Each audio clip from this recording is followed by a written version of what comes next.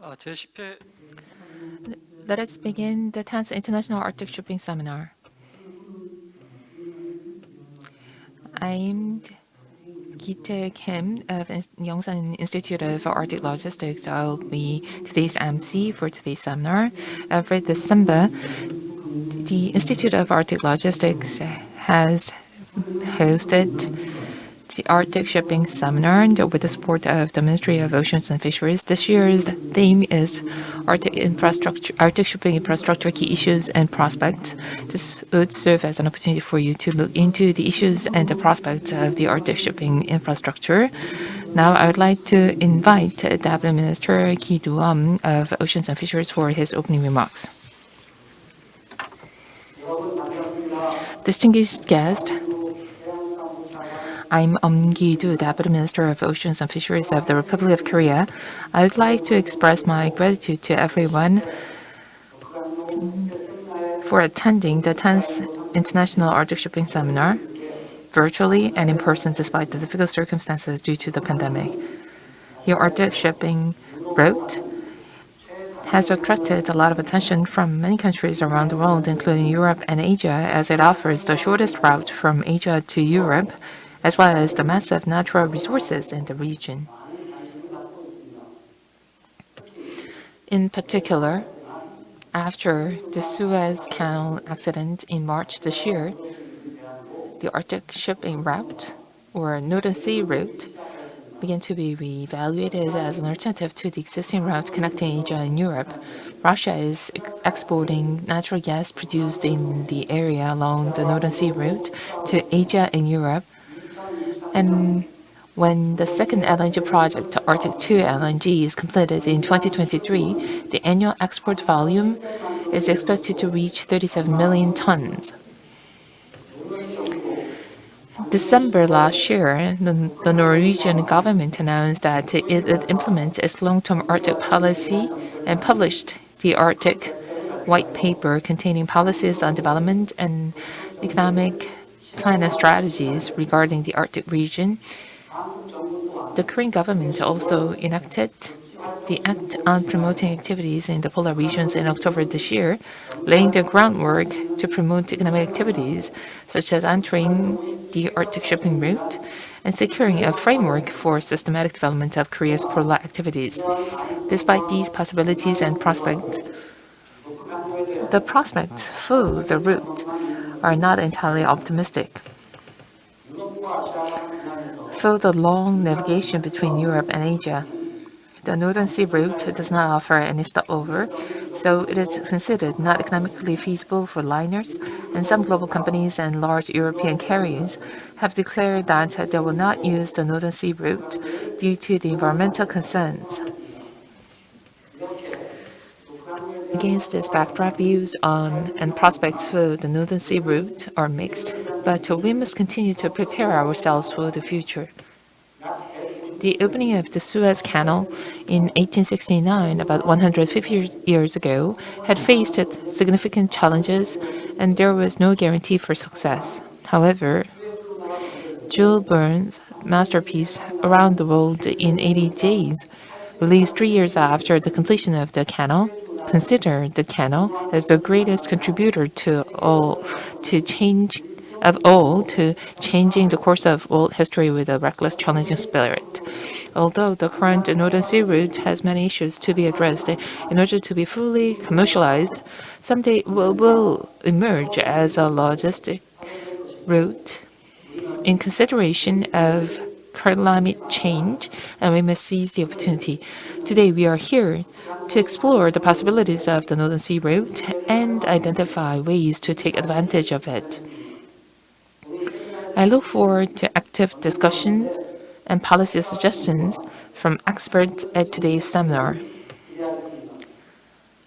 Lastly, I wish all of you every good luck and success. Thank you for your time and attention. 은기도 차관님이 Thank you very much, Vice Minister. And now we will hear from the Norwegian Ambassador Solberg to Korea for his congratulatory remarks. Thank you for once again inviting me to take part in the Arctic Partnership Week. I look forward to this important event every December.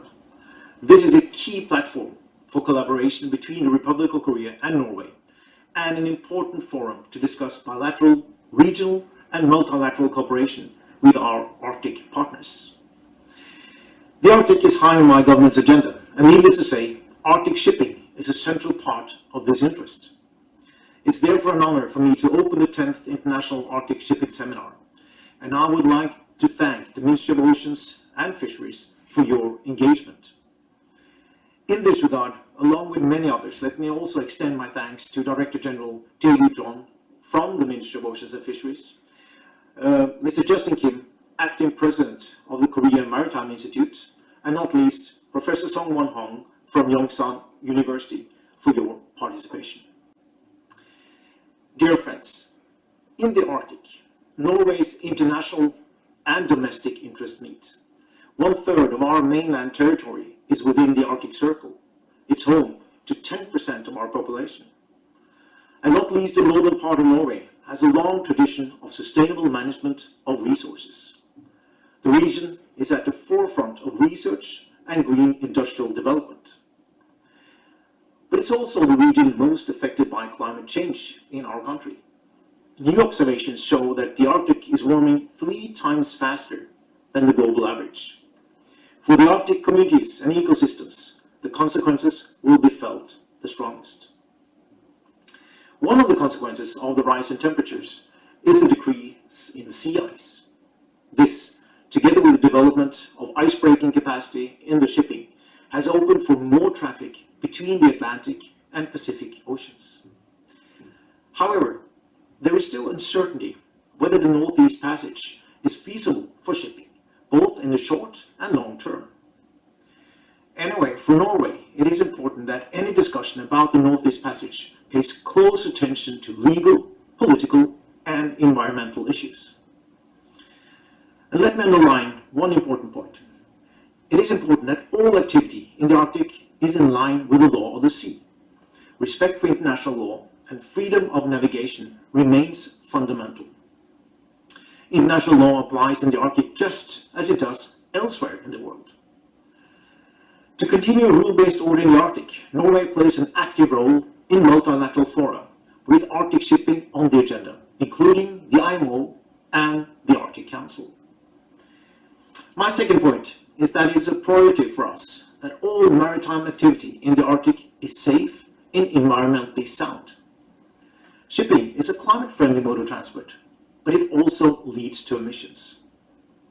My government firmly believes that by contributing to the development of zero and low-emission technologies for maritime transport, Norway can make an important contribution to the global climate and the Arctic environment. The last point I wish to make is the continued need for international research cooperation. Knowledge is at the heart of Norwegian Arctic policy. Close cooperation and interaction with the scientific community is key for reaching our goals for the region. This is also one of the areas where cooperation between our two countries is the closest. The Republic of Korea and Norway engage in a range of research projects together that are relevant for shipping. These joint studies contribute greatly to our knowledge about the Arctic, including the effects of a warming climate. Dear friends, as I said, many interests meet in the Arctic. We need cooperation between the Arctic states, observer states, indigenous groups, knowledge institutions, and not least the shipping industry. Forums like this seminar plays a great part in fostering such cooperation. Norway greatly appreciates the cooperation with the Republic of Korea on all aspects of Arctic matters, and I would like to thank you all for your engagement, your insights, and for sharing. I wish you a very successful International Arctic Shipping Seminar. Thank you very much. 감사합니다. 예, 대사님의 좋은 Thank you, Ambassador. Now we'd like to take a group photo to commemorate today's seminar.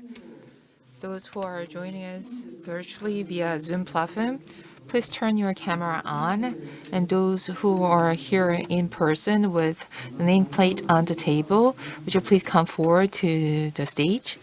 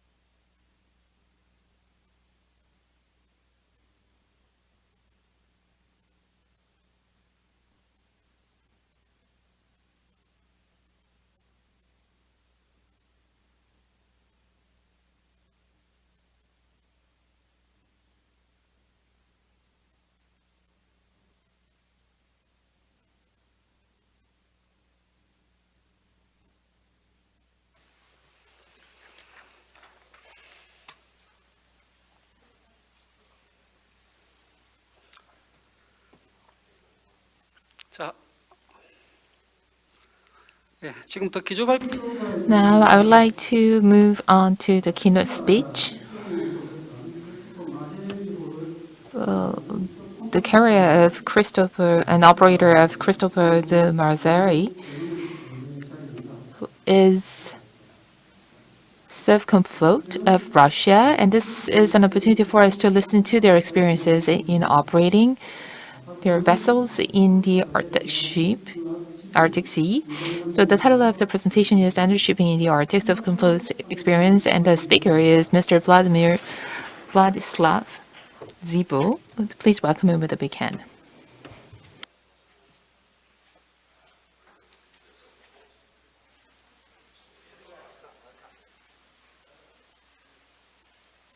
Hello? Loud and clear? Cool. My name is Vlad Zibush, and I'm representing the Sovcomflot. I'm a site team manager at Daewoo Shipbuilding. Currently we have a project of the 3 Arctic 7 LNG vessels. And I would like to briefly represent some information about the Sovcomflot and what we do in the Arctic, okay? So, the Sovcomflot specialized in the marine transportation of the liquefied gas and the other hydrocarbons, as well as servicing the offshore energy production. So, we are integrated ship owner and a vessel operator with 134 vessels with 11.65 million tons of the dead weight. Okay. Experts in the harsh environmentals. So the world's largest owner and operator of the class vessel. So 80 vessels at the moment in operation. So there's more than half of the fleet of the Sovcomflot. Focus on the servicing large-scale upstream energy projects. So our key clients is a Gazprom, Sakhalin, Energy, Lukoil, Shell, Trafigura, Novatek, ExxonMobil, Vitol, Total Energy, Chevron, BP, Phillips 66, and PetroChina. Headquarters is located in the St. Petersburg, Russia, with offices across Russia as well as in London, Limassol, and Dubai. So, Sovcomflot in the Arctic. So, Sovcomflot has been servicing large energy projects in the Arctic since 2008. So, Sovcomflot's Arctic portfolio today include 4 ongoing projects: Varendai, Prirazlovnaya, Novy Port, Yamal LNG, with 1 more project scheduled to begin in the 2023 Arctic LNG 2. So the total 11 vessels deployed in Arctic, So 9 crude oil shuttle tankers, 1 ice-breaking LNG carrier, and the 1 support vessels, with further 18 vessels under construction. In 2010, Sovcomflot pioneered using the Nord Stream route for large capacity energy shipping. SKF plays a major part in operation the safety around navigation along the full length of the Northern Sea route. So we have some milestones. So 2008, Sovcomflot began transporting crude oil from the Warrendey project at the Barents Sea, 3 shuttle tankers, Arctic 6 class. 2014, SKF began transporting the crude oil from the Prirazlovne project at Barents Sea as well, 2 shuttle tankers, Arctic 6 class.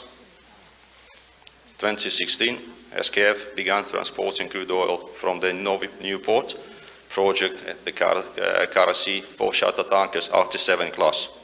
2017, SKF began transporting LNG for the Yamal energy project at the Kara Sea as well, the 1 ice-breaking LNG carrier, Arctic 7 class.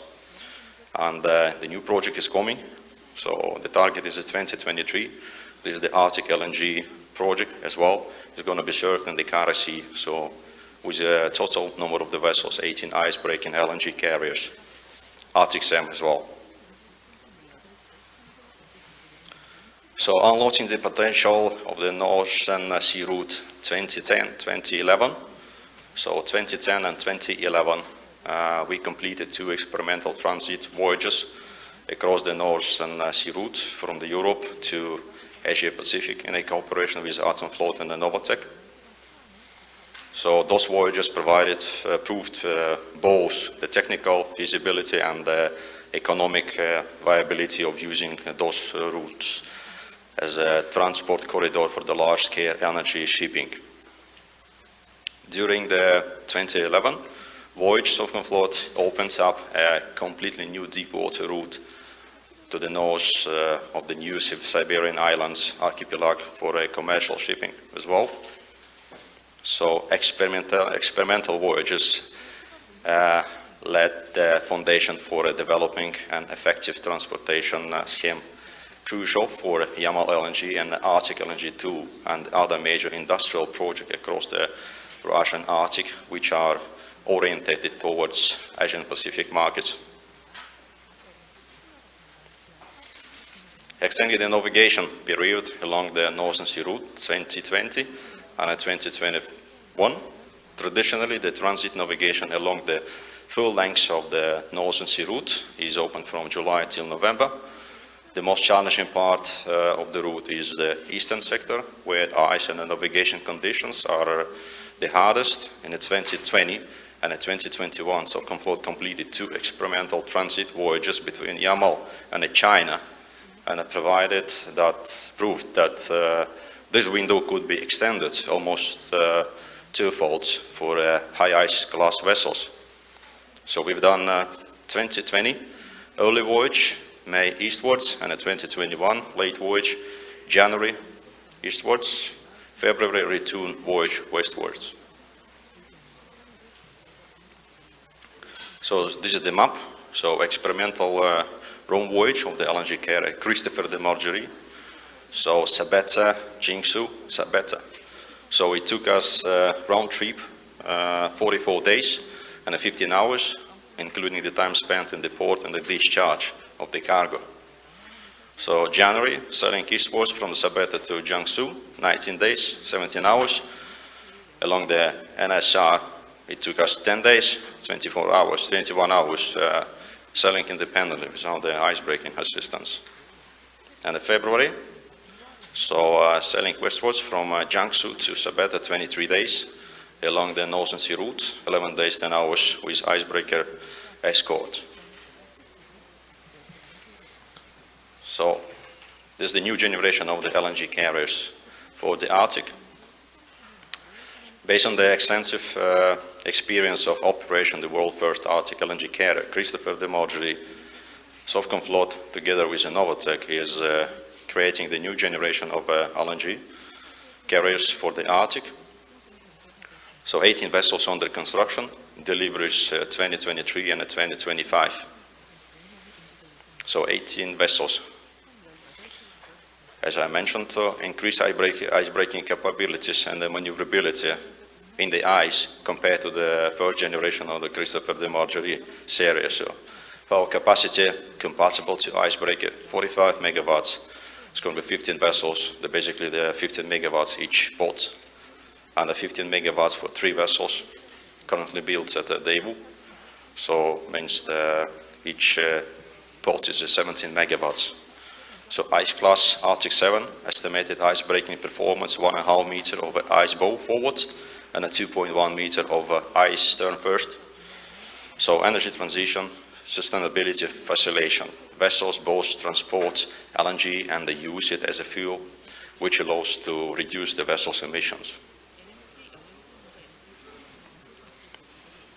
So also adopting the lower carbon vessels fuels for Arctic operations. So the IMO organization has banned HE4 from being used in Arctic since 2024, with a possible postponement until 2029. The LNG is promising as the next lower emission fuel for the Arctic vessels. 2018, SKF pioneered the adoption of the LNG as a primary fuel for large capacity tankers shipping worldwide. Our experience proves that using LNG as a primary fuel allows to significantly reduce vessels emissions, including the CO2 emissions. 2019, SKF pioneered the introduction of the LNG fuel for energy transportation in the Arctic. We have proved that practical feasibility of using LNG as a fuel for the cargo transit across the full length of the Northern Sea route. The key factor for LNG adoption is the availability of bunkering infrastructure. Safety comes first at the Northern Sea route first. It's a very harsh condition, so more than anywhere else, safe navigation in the Arctic relies on the crew skills, experience and the competence. So the SKF heavily invests in personnel training. The Arctic does not forgive haste. Voyage speed limited to what is deemed safe given the navigation and the ice conditions. So the safest and the quickest route is often not the shortest one. Risk assessment, detailed voyage planning and the preparation including analysis and a forecast of the ice conditions, digital solutions for ice conditions, mapping and plotting safe routes and so on and so on. Infrastructure, so the pace of development of the Northern Sea route infrastructure must correspond to the growth of the shipping traffic along the Northern Sea route, satellites for the ice monitoring and the communications, icebreaker assistance, navigation and hydrographic support, rescue service, etc., etc. Thank you for listening. Okay.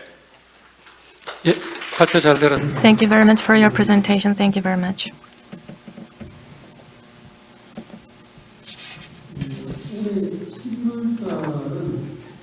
November this year, the Northern Sea route, we had a lot of ice and frozen, so a few ships and vessels were isolated in the Northern Sea or Arctic Sea.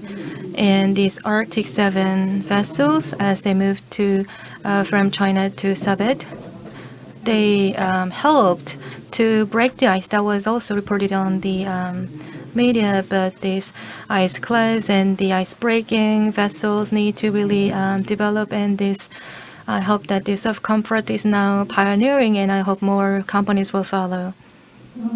So we are now having this international seminar, and that was for the keynote speech, and we will move on to the first session. Professor Yoon Hee-sung from KMOU will moderate the session. Please welcome him with a big round of applause. Hello, good afternoon. I am the moderator for the session 1. I am Professor Yoon Hee-sung from KMOU. For the first session, let me invite the first presenter. He will open up the first session. He is the acting head of the NSRA, Mr. Nikolai Monko. Please meet him from the online. Hello? 니콜라이 몽코님, 제 목소리 Can you hear me, Mr. Monko? Can you hear me? Dear participants of Arctic Shipping Seminar, good day. The topic of my report is brief results of navigation in water area of Northern Sea Route in 2021. Slide 2, please. 자, Slide. Next slide. This slide shows the borders of the water area of Northern Sea Route. The water of the Northern Sea Route is the area of the Arctic Seas with the most difficult ice condition where regular navigation is carried out. Regular navigation has been carried out along the Northern Sea Route for almost 90 years. Russian sailors have accumulated vast experience in the sphere of the Arctic shipping during this time. The regular navigation in the waters of the Northern Sea Route and the requirement for vessels were adopted back in 1990. Next slide, please. Features of the navigation features of organization of navigation in the water area of Northern Sea Route 2021. Navigation is carried out according to the new navigation rules approved by the government of the Russian Federation in September 2020. As condition forecasting is carried out with a high spatial detail, which can allow to identify relatively small areas with different types of ice conditions.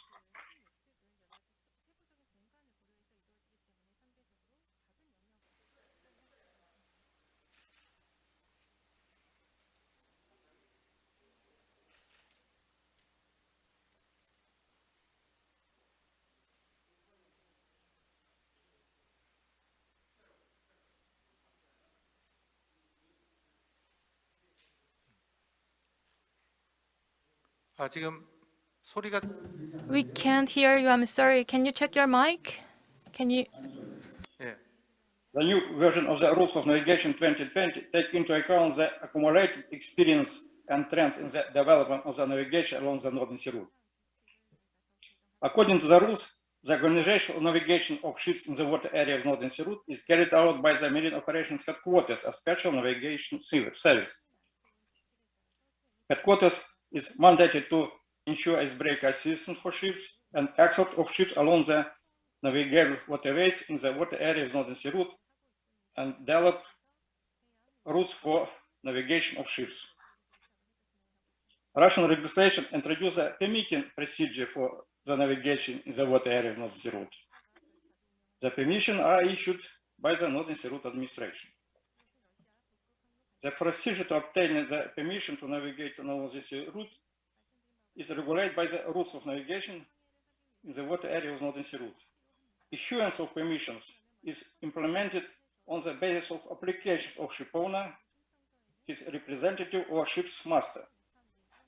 The application with a list of documents specified by the rules of navigation should be made in the electronic form in the Russian or English languages and sent by email or download through the online form on the Northern Sea Route Administration website.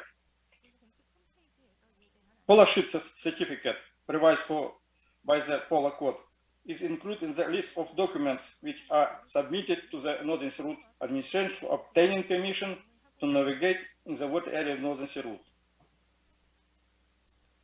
If the list of documents does not contain polar ship certificate, permission for navigation in water area of Northern Sea Route is not issued. Providing this certificate concerns vessels which are affected by the Polar Code. Next slide.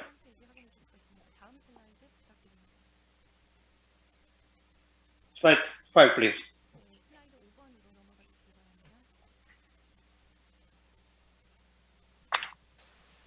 Next slide, please. Okay. This slide shows schematically information about procedure for obtaining permission to navigate in the water area of Northern Sea Route. Comprehensive information about the procedure for obtaining permission is published in the Rules of Navigation in the water area of northeastern route. Slide 6.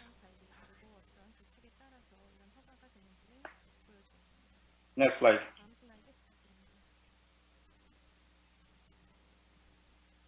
Before. Slide 6.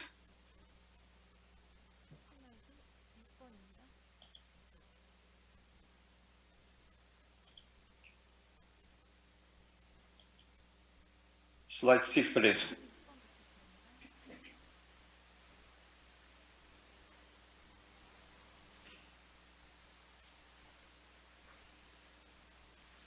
This slide information about the number of permission issued by the Northern Administration 2021. Okay. As of the 1st of November, the number of issued permissions for navigation through the North Sea route is 1,155. 151 of them were issued to vessels under foreign flag. The number of refusal, 25. Next slide. This slide gives information about the foreign companies, foreign flags, which obtaining permission for ships navigation in the water area of Northern Sea route. As evident in this slide, ships from 19 countries and 70 companies were operating in water area of Northern Sea route in 2021. This slide also provides information on the number of applications submitted by foreign ship owners for obtaining permission for ships navigation in the water area of Northern Sea route. Next slide.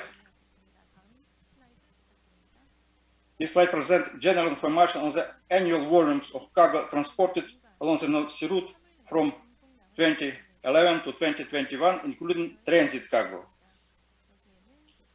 In 2021, as of November 1st, 29 million tons were transported.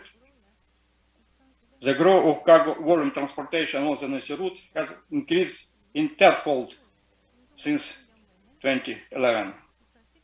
The focus shows us that at the end of the 2021, a little more 34 million tons of cargo will be transported along the sea route this year.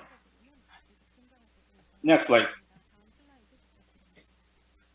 This slide shows information about the type of quantity of cargo handled at the port and points of the North Sea route in 2021 as of November 1st.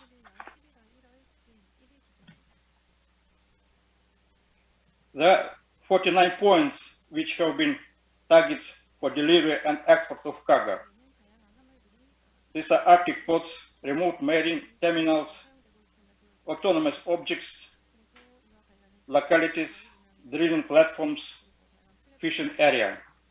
In total, as of November 1st, 27 million and 102,000 tons of cargo were sent or delivered through the ports and point of the Northern Sea route. Next slide. This slide shows the overall plan of map ports and points in the water areas of North Sea route where cargo operations were carried out in 2021. The volume of delivery and transported cargo are also shows on this slide. Navigation to the port of Sabeta, including terminal Cape Kameny and the port of Dudinka, is carried out year-round. Cargo delivery to the ports of Pevek and Dixon is carried out with an extended navigation period. Navigation to the other ports and points of the Northern Sea route takes place in the summer-autumn season. A significant part of the cargo of the port and points of Bay, the coastal of the Laptev and East Siberian seas was delivered in summer-autumn season by River Sea navigation ships. Next slide. The graph shows the information on the quantity of vessel transit voyages along the Northern Sea route from 2011 to 2021 as on November 1st. Total number on transit voyages is 2020, 88. 27 on them is ballast. Transit voyage is defined as the sailing of the vessel from the western boundary to the eastern boundary of the Northern Sea route, or vice versa from the eastern boundary to the western boundary without freight operation in the port and points of the Northern Sea route. Next slide. This slide provides information about vessels that carried out transit voyages along the Northern Sea route this year, indicate the flag state. In total, as of November 1st, 88 voyages were performed. 74 voyages were performed by vessel under foreign flag, 14 voyages under flag of the Russian Federation. Next slide. The slide gives more detailed information about cargo transit along the Northern Sea route of November 1st, 2021. Bulk cargo formed the majority of transit cargo this year. 1,342,000 tons of iron ore and iron ore condensate were delivered by 16 vessels from the ports of Murmansk and in Finland, Canada to the ports of China. General cargo. Most of the transit general cargo was transported by ships of the China shipping company COSCO. 250,000 tons of general cargo were delivered to the ports of Western Europe, China, and Japan by 14 vessels, which is about 78% of all transported general transit cargo via the Northern Sea route this year. As of November 1st, 2,026,000 tons of transit cargo were transported along the Northern Sea route. Next slide. This slide presents the overall of the ice conditions in the water of the Northern Sea route is autumn navigation period of 2021. The features of the autumn's processes were a significant decrease is positive air temperature anomalies, which characterizes 2021 as the coldest in the last 7 years.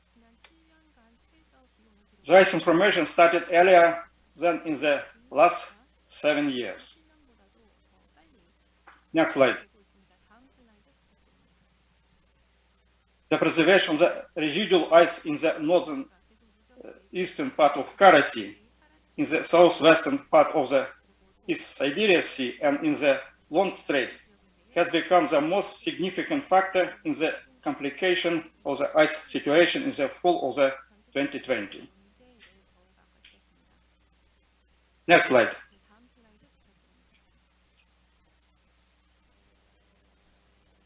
This slide shows information about the location and number of vessels in ice captivity awaiting icebreaker system, as well as under the icebreaking escort as on November 19, 2021.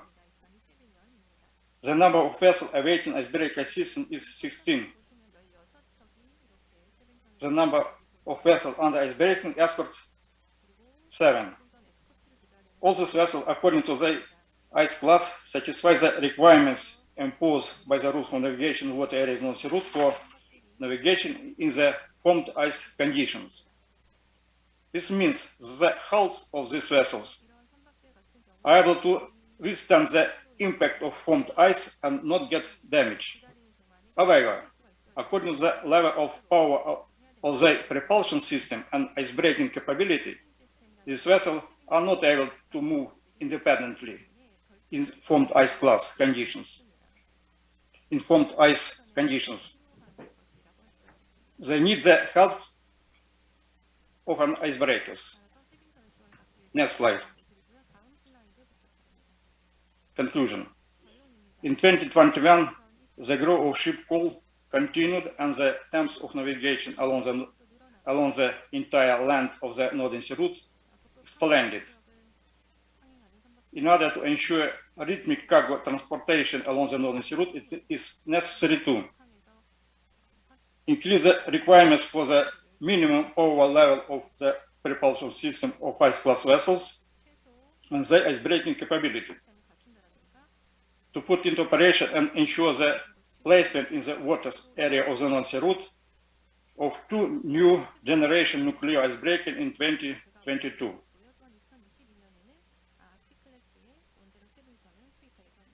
On December 6, all vessels awaiting icebreaking were taken out of the borders of the North Sea route by icebreakers without damage.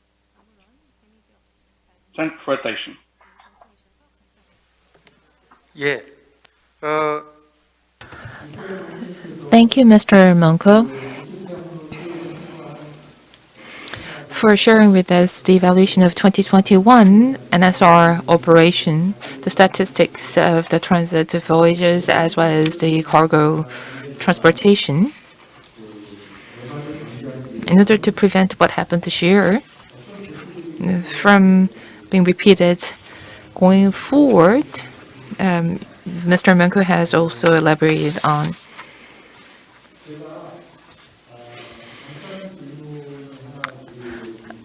I'd like to ask a question.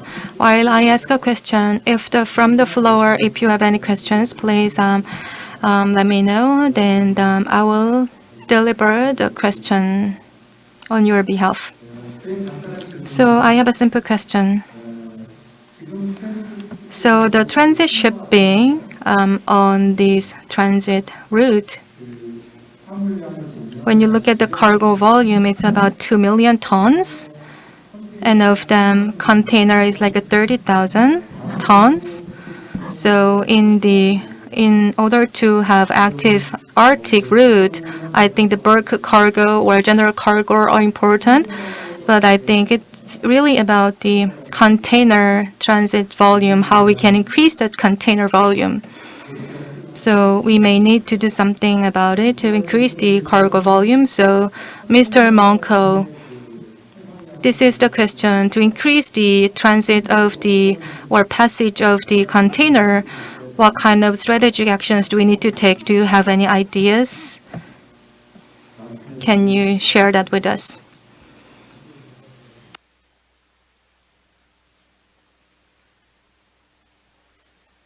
Mr. Monko, can you answer the question?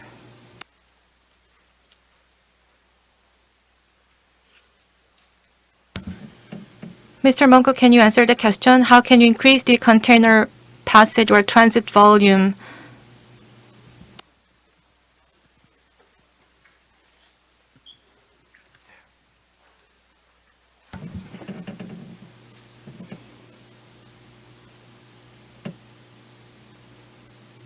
Mr. Monko, can you hear me? Hello?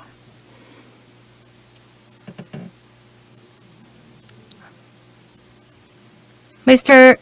Nikolai Monko, the moderator asked the question. Can you hear me? Can you answer the question? Can you unmute yourself and can you answer the question? Mr. Nikolai Monko, can you hear me? The moderator asked the question. Mr. Nikolai Monko, can you hear me? The moderator asked the question. Hello? Mr. Nikolai Monko, can you hear me? Mr. Monko, can you hear me? Can you answer the question? I'm afraid there are some technical issues. So let's move on to the next session.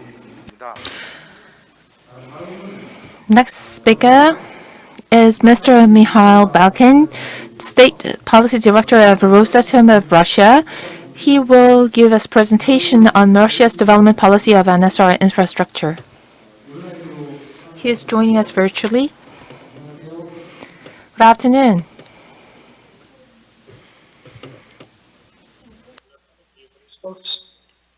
Can you hear me? 예. Can you hear me? Hello? Yes, I can hear you. Can you hear me? 예, 잘 들립니다. Yes, we can hear you. Thank you. Then would you please start your presentation?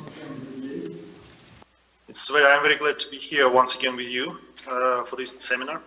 My presentation is going to be devoted to the infrastructure of the Northern Sea Route And I would be available for the questions right after the presentation or during the questions and answers session. So if you have any questions, you are welcome to ask. So could I ask your organizers to start, please?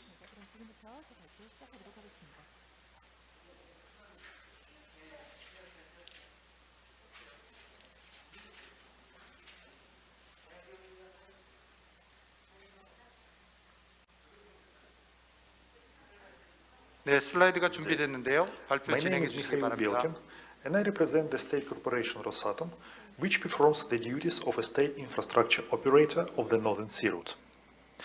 Today we are having the 10th anniversary Arctic Shipping Seminar, and I am very glad that the seminar does not stop even in the current conditions the whole world is facing now. This proves that the topic of Arctic shipping and development of the Northern Sea Route in particular keep drawing serious attention of the professionals from different spheres. First of all, business, science, and regulation of maritime navigation. My speech today is about the Northern Sea Route infrastructure development policy, and I am going to explore the current and planned projects that the state corporation Rosatom is and will be implementing in this area. Here in this slide we can see the area of Rosatom responsibility, which is marked blue on the map.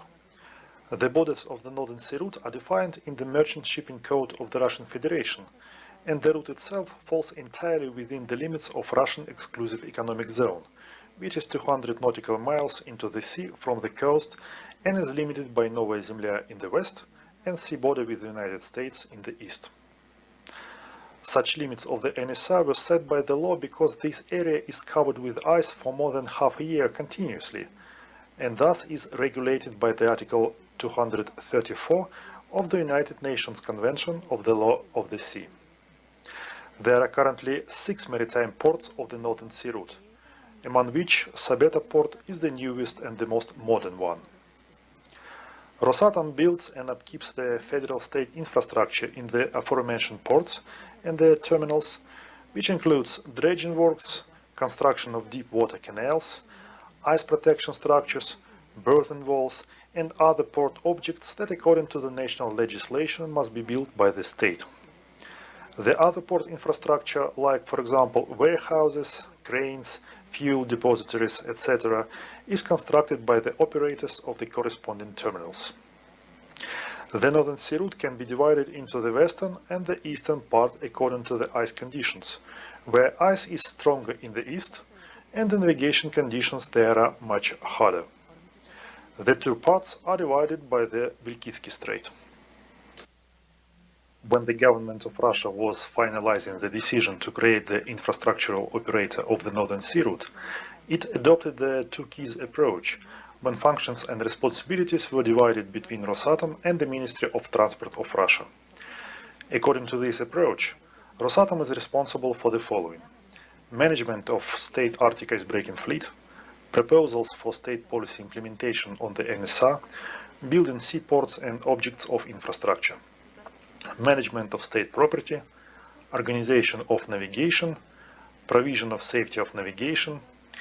Ministry of Transport in turn is responsible for regulation of navigation via the Northern Sea Route, international obligations of Russian Federation, federal state supervision in the sphere of transport, state port control of vessels, legislative regulation, control of navigation safety, harbour masters management, list of port dues adoption. Furthermore, Ministry of Transport adopts after approval from Rosatom mandatory regulations in the seaport, rules of icebreaking assistance on the NSR, rules of ice piloting of vessels, etc. A list of port dues charged in each NSR seaport, decision to establish a seaport on the NSR, etc. In 2019, Rosatom developed and presented to the government of Russia the plan of the Northern Sea Route infrastructure development till the year 2035. The government approved and adopted the plan in December 2019 by the government order. The plan has three distinct stages of the Northern Sea Route development. Stage 1 lasts from 2019 till 2024 and covers the activities aimed at the accelerated development of the western part of the Northern Sea Route. There we have atomic icebreakers construction, hydrographic fleet meant for measuring depth of the shipping routes, search and rescue fleet built by the Ministry of Transportation, and others. Stage 2 starts in 2025 and goes up to 2030, with the main task to provide the year-round navigation via all the Northern Sea route. I mentioned previously that the eastern part of the NSA has much harder ice conditions, and currently the commercial navigation in this part is paused for the winter and spring months. Our goal is to provide direct export of Russian Arctic products like liquefied natural gas, oil, metals, and so on to the Asian Pacific markets. And to do this, the eastern part of the NSA must be navigable year-round. Stage 3 takes another 5 years from 2031 to 2035 and is aimed at establishing a competitive international and national transport corridor based on the Northern Sea route. The international transit navigation through the NSA keeps growing, which proves that international shipping community is very much interested in its further integration into their logistics schemes. The results of the transit navigation will be covered later in my speech. The cargo traffic through the Northern Sea route keeps growing steadily during the last several years. The year 2020 ended with a total cargo volume of 32.97 million tons. This year we expect about 34 million tons of cargo. It is interesting that the highest cargo volume transported by the NSA in the Soviet Union times was 6.5 million tons in 1987. The target volume set by the President of Russia is 80 million tons by the year 2024. We expect that this volume will consist of the following components: 35.5 million tons of liquefied natural gas, 36.7 million tons of crude oil, 3.5 million tons of coal, 1.7 million tons of non-ferrous and precious metals, and 4 million tons of other cargo, including international transit. That actually results in a bit more than 80 million tons. The cargo volume in 2030 is expected to reach 110 million tons. This forecast of cargo traffic development is contained in the federal project Development of the Northern Sea route. One of the highest priority tasks of Rosatom as the infrastructural operator is to produce hydrographic research on the Northern Sea route in order to provide information on the depths and thus recommend routes for the heavy tonnage vessels with deep draft. The research is done annually by the Hydrographic Enterprise, the company which is based in St. Petersburg and operates specialized hydrographic fleet. The same company is responsible for the construction and maintaining of the port state infrastructure, which Rosatom builds within the NSA according to the legislation. The schedule for the hydrographic research is shown on the slide with the different colors marking corresponding time periods, and the research itself covers both western and eastern part of the Northern Sea route.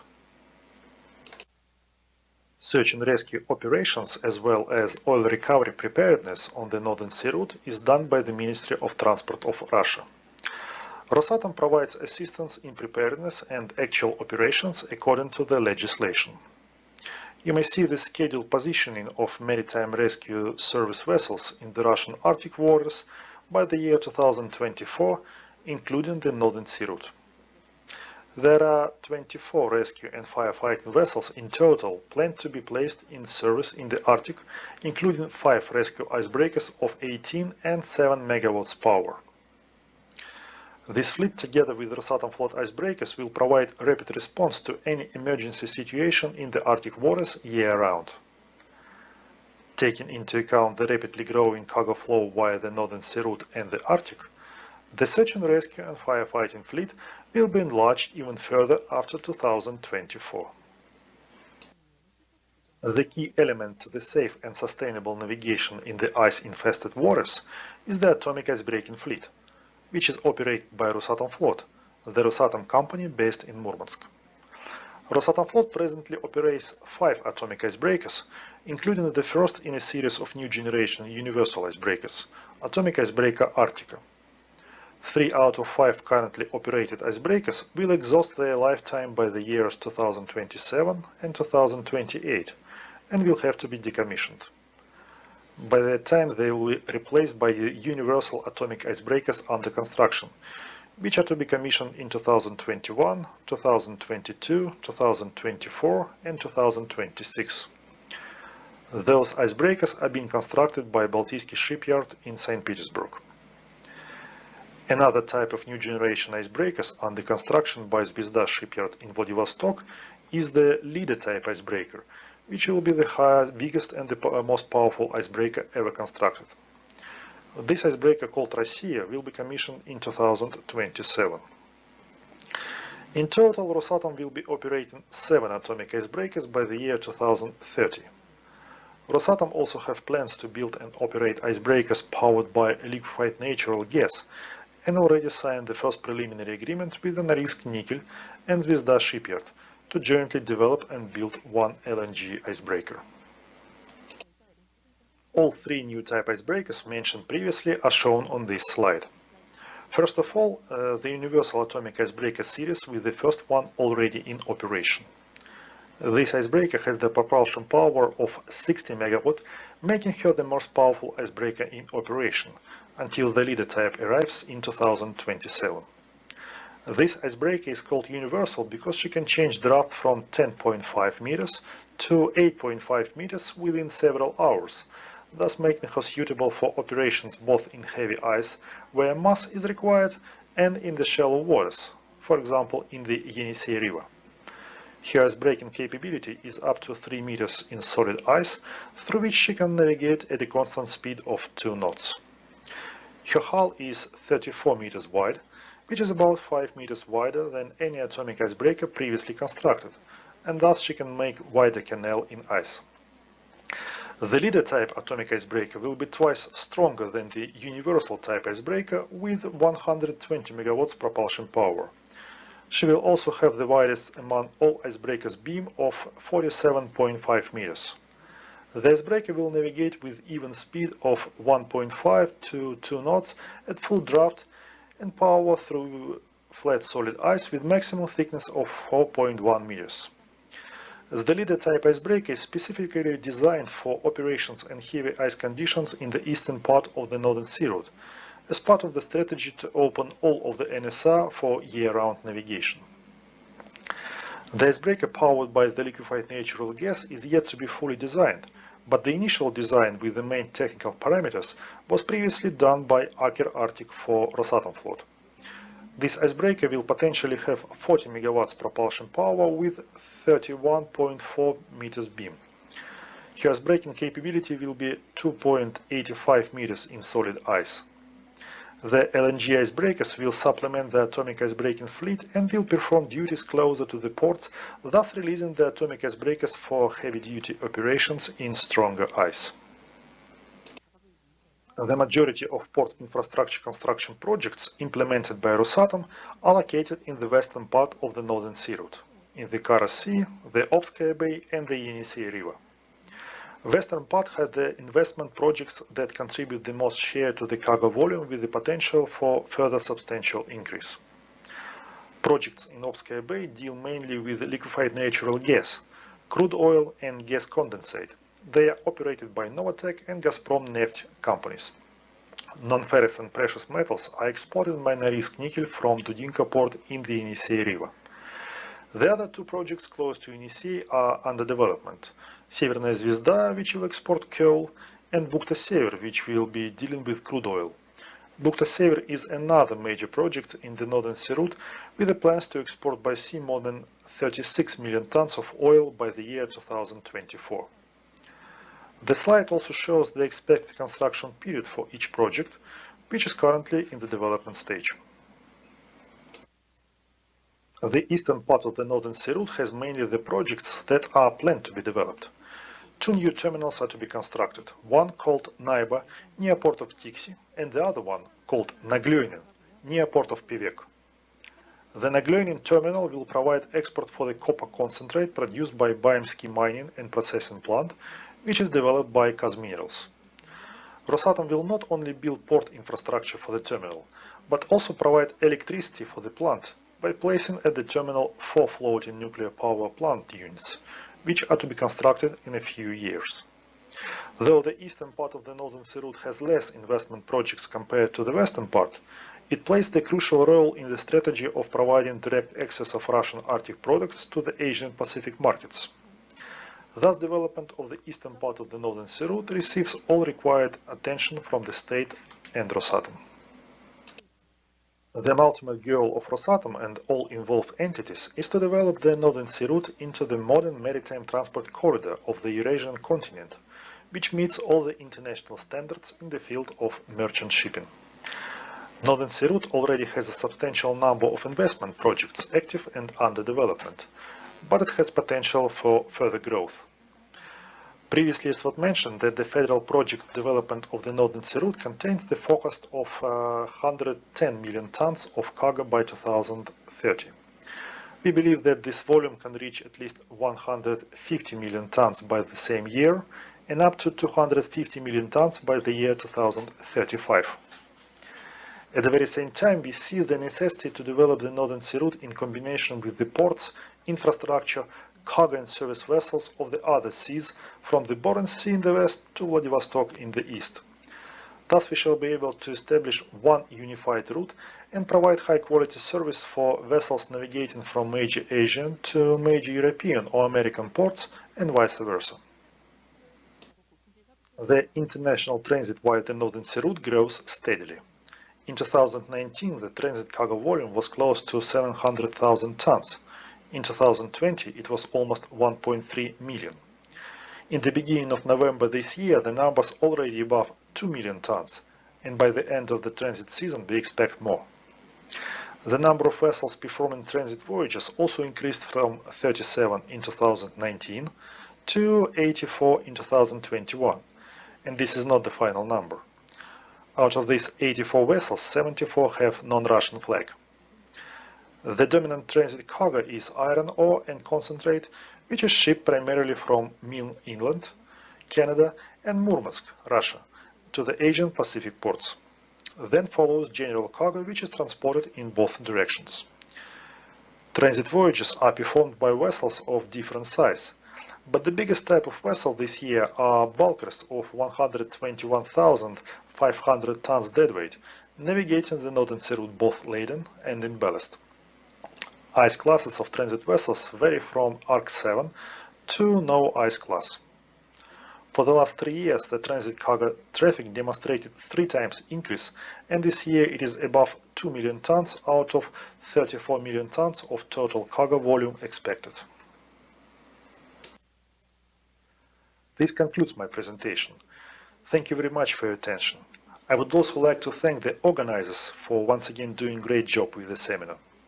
Please send your questions to the email typed in this slide below. Have a good day.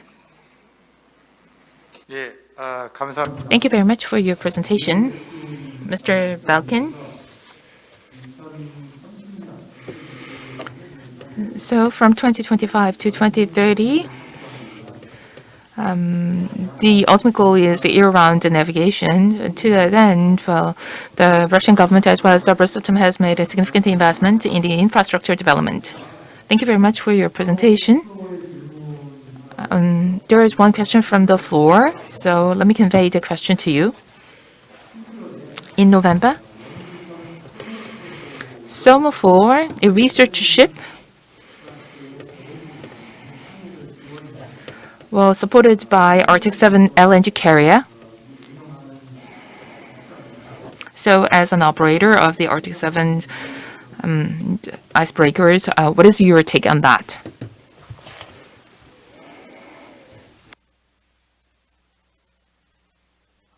I'm sorry, you are on mute.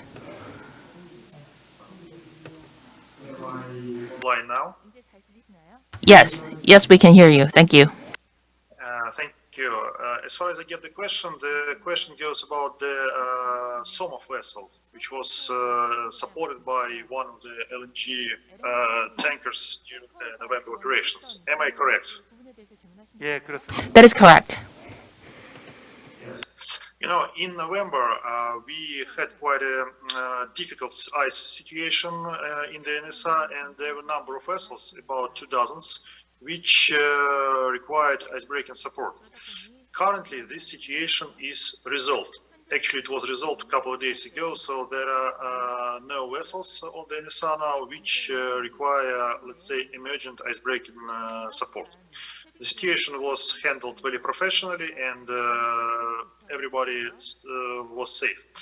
As for the academician Somov, he could maintain herself on her own because she had a very strong, she has quite a strong ice class. And at the very last part of her voyage on the NSA, she was assisted by the LNG carrier which was passing by. And we are very thankful to the crew of the carrier and the owners of the carrier. That was kind of a 1 hour operation or something like this. Nonetheless, it was quite timely done. So if this answers the question, if not, then please.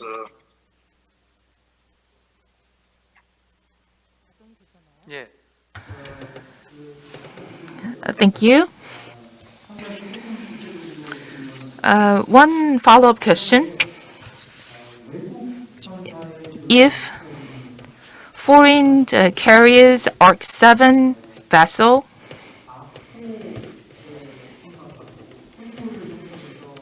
forms a convoy with Arc 4 vessel, will you allow that?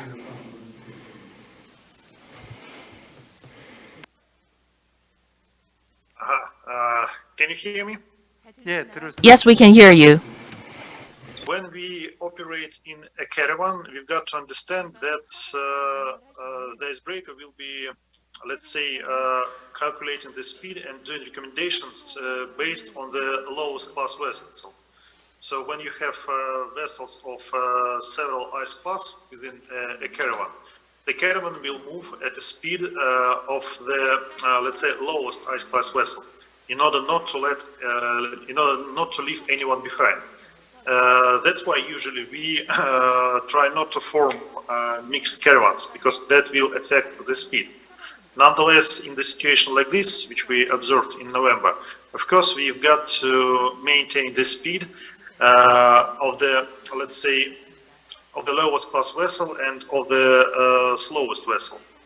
Once again, in order not to leave anyone behind, because the safety comes first. The safety is the priority of any caravan traveler. Yeah. But you've got, once again, just one addition. We've got to remember that the lower ice class of the vessel is, the smaller the window of transit navigation is, because Arc 7 can virtually navigate year-round, while Arc 4 can do the same, but only with the proper ice-breaking support. In heavy ice conditions, there will be limitation for Arc 4 navigation. That's why, if we are planning in advance, we've got to understand that Arc 7 will have wider window of opportunity to travel northern sea route, while Arc 4 will have smaller one.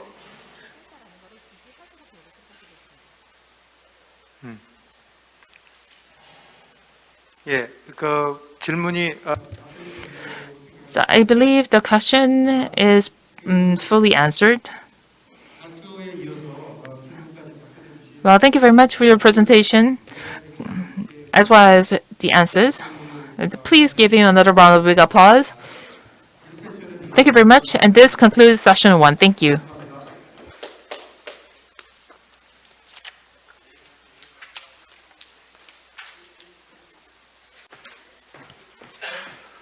예, 세션을 진행해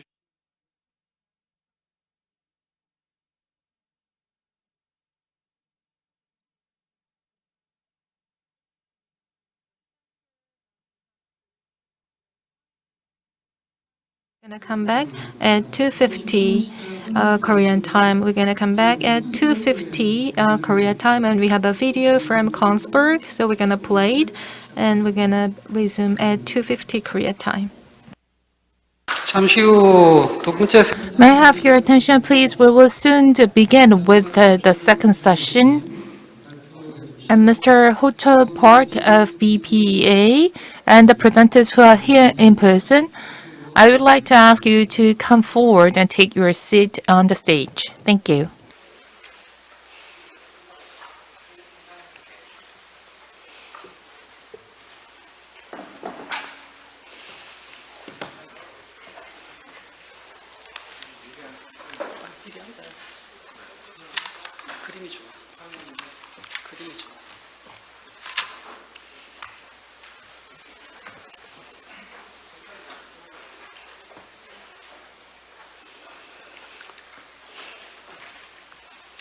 안내 말씀드리겠습니다. We have some housekeeping announcement.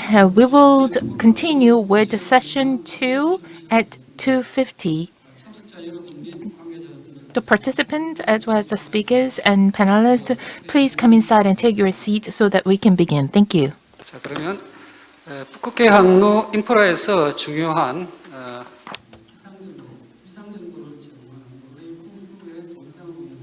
Now, with the video of Kongsberg, which provides the imagery services, we will begin the second session. Thank you.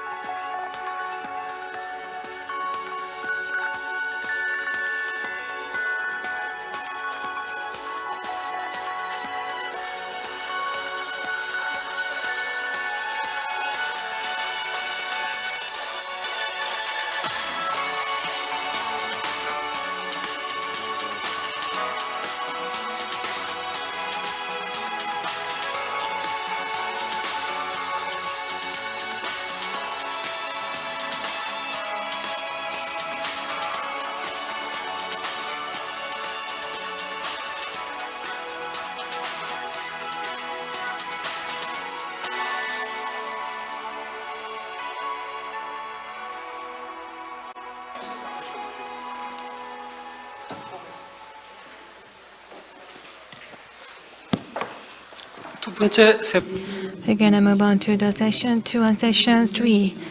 The session 2 and 3 will not have any break in between.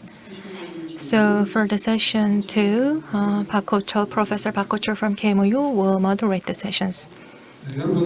So hello, good afternoon. I will moderate the second part of the sessions. So we are now having the 10th International Arctic Shipping Seminar, and the session 2, the topic is the NSR transit infrastructure, ship communication, and weather. So last year, I also was the chair of the session, and I remember I was wearing masks back then as well. But still, we are having this virtual conference or seminar. So recently, we are trying to live with COVID-19 going back to normal, but still with this Omicron variant, we are still having a lot of numbers of the cases. I hope you will stay healthy and safe. So for the session 2, we have 3 presentations. It will take about 2 hours until the session 3. And from Zoom, we also have participants from Norway, Russia, and Finland, and also Japan.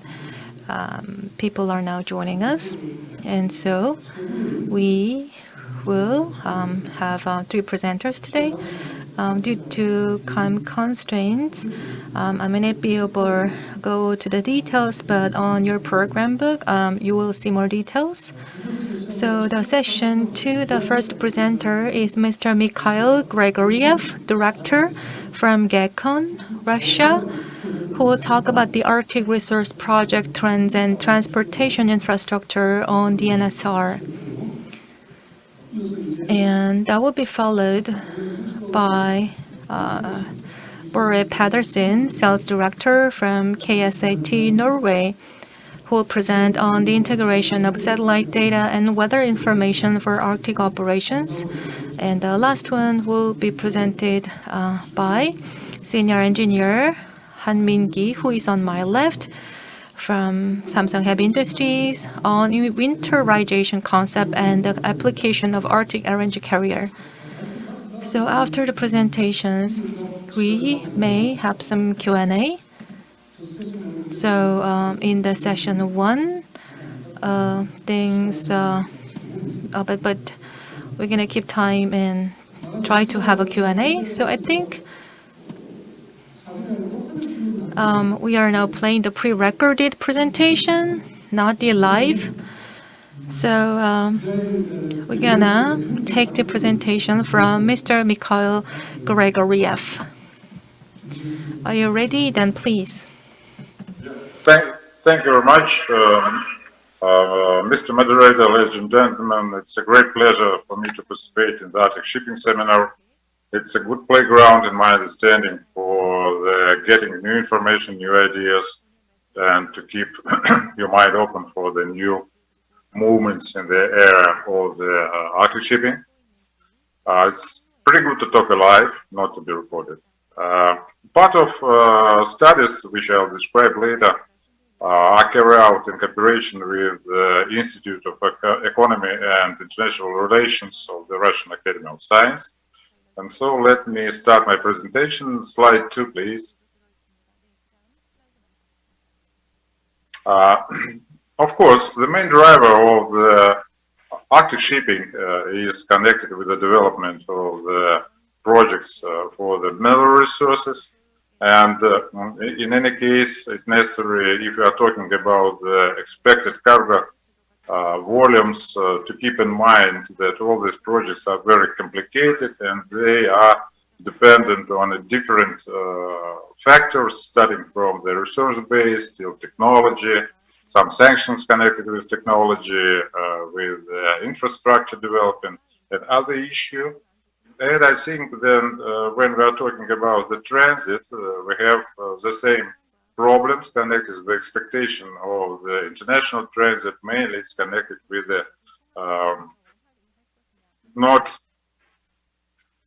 decided cargo base yet. Now, if we are talking about the development of the Arctic shipping, we have to keep in mind all investment projects which are realized or planned to be realized in the Arctic area. If we talk about the Russian Arctic zone, it's 550 projects on the which are mentioned in the 77 documents of the strategic planning of the different levels. Really, we think that on the table we have just 100 projects which are very realistic. Next slide, please. When we are talking about the development of the mineral resources and needs for the marine transportation, we have to keep in mind some issue. You see, there are a lot of projects which are connected with the production of low-scale final products. For example, if we have a gold mine, the final result of the business activity is 9 tons of the metal, which are delivered by the airplane.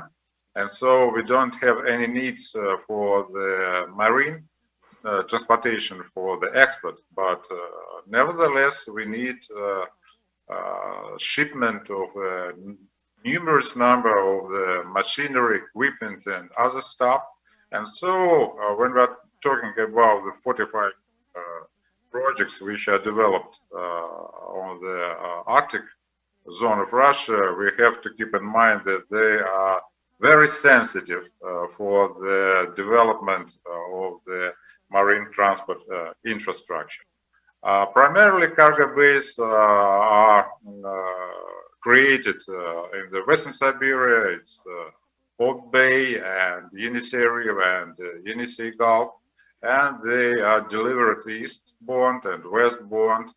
We expect, and I'll show some later, that the eastbound direction will be growing significantly. Next slide, please. When we are talking about the Arctic shipping, we're primarily talking about the shipping by itself. But in my understanding, transport is a process. Our main goal is to deliver goods, to produce goods, to offload these goods for the vessels, to deliver to the final port of destination and put it on the ground. And so it's very important to understand the role of the Arctic seaports, their goals, their possibilities and expectation of their growth. One can see that in the Russian Arctic we have connection of the sea transport primarily with the railroad on the west and primarily with the roads, outer roads on the east is Chukotka and Yakutia, and we have a very close connection with inland water. It's West Siberia, it's Ob, Yenisei, and it's Yakutia, of course, with the main river Lena and a lot of Arctic rivers which are connected with the Arctic seas. In my understanding, it's necessary to keep in mind that if we are talking about the development of the transport infrastructure in terms of the port facilities, terminals, etc., we have primarily the construction of the specialized terminals which are oriented for the export of the produced crude oil, LNG, ores, etc. Nevertheless, if to pay attention of the very low chart of this slide, one can see that first task of a lot of these specialized terminals is production assurance. But nevertheless, a lot of these special terminals are constructed together with general cargo terminals, which are used for on the construction period and for delivery of goods during the project development.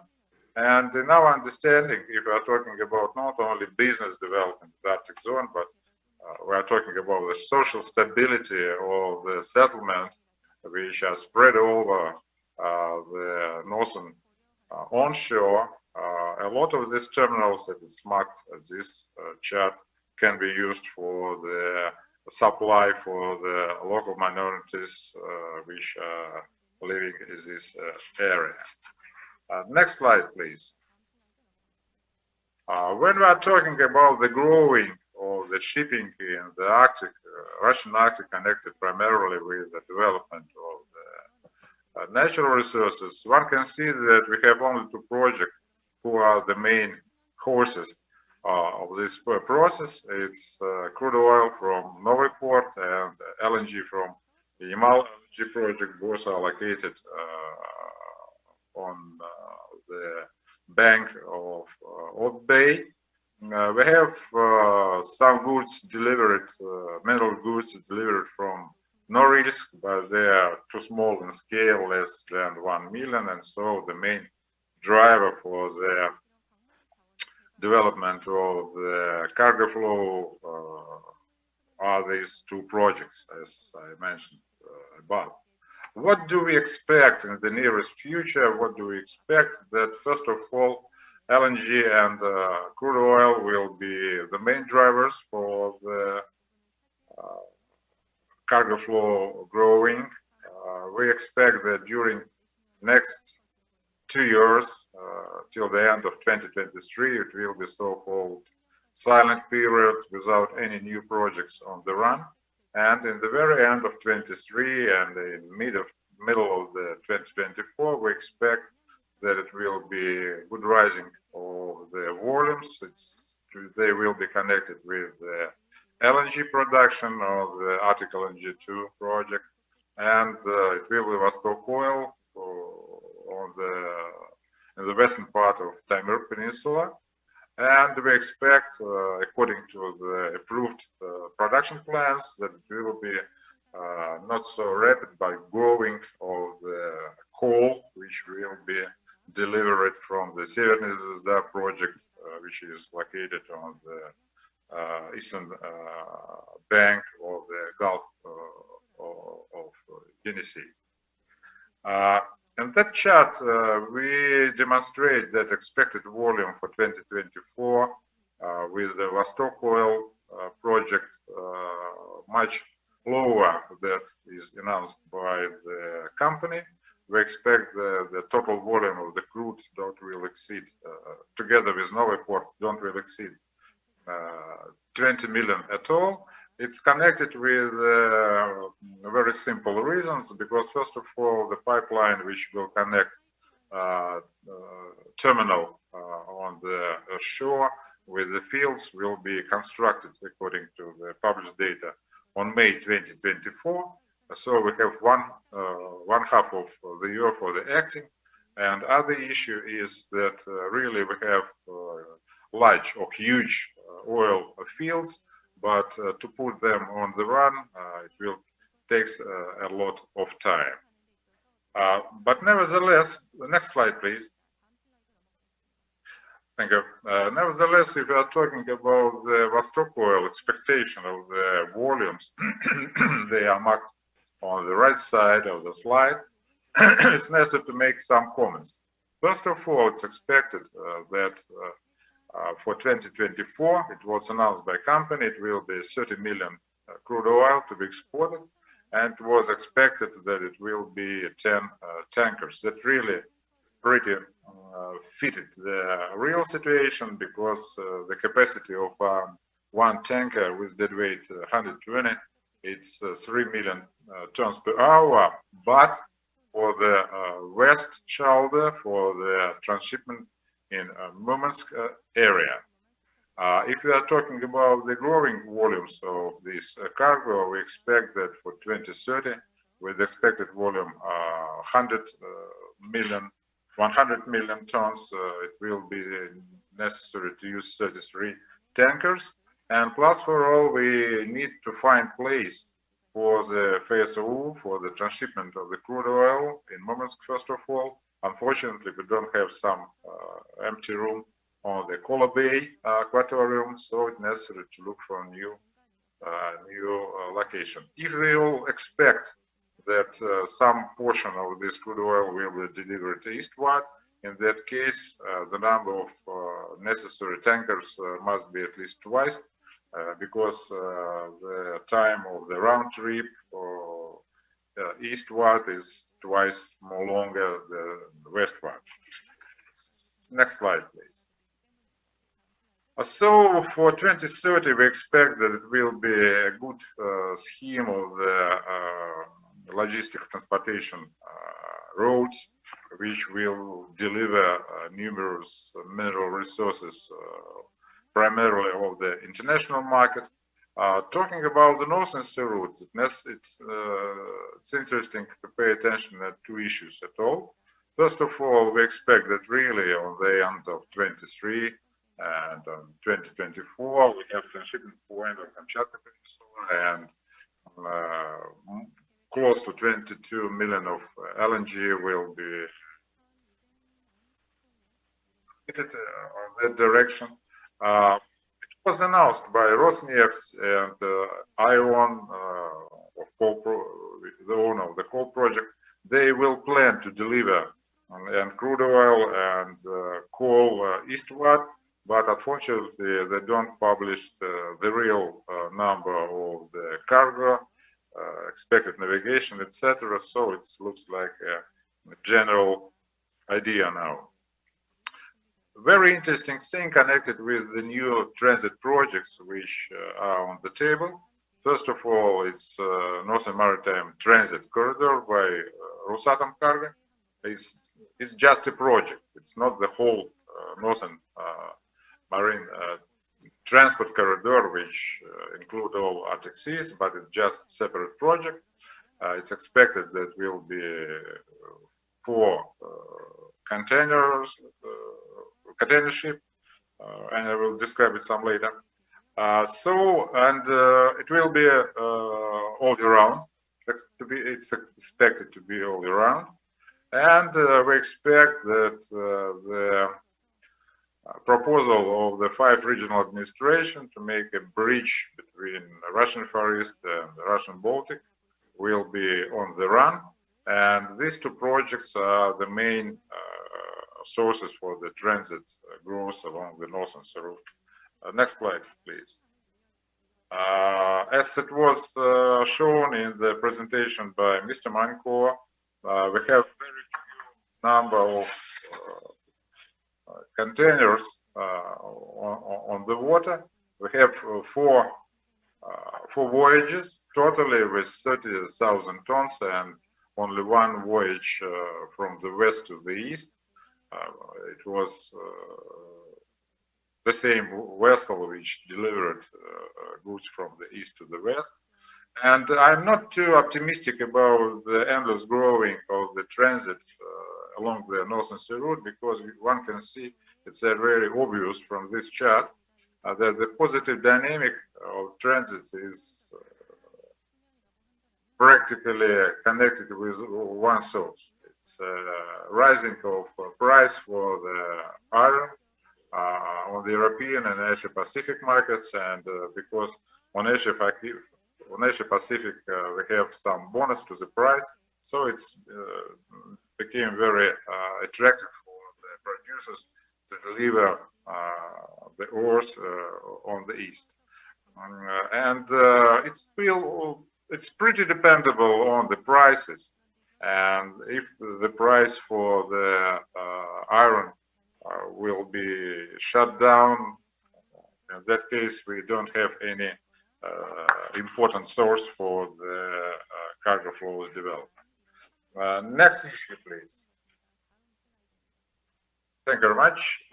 Development of transit traffic along the northern sea route is connected to in planning with a year-round line which will connect Vladivostok on the east and Murmansk on the west. One can see description of the optimal hubs.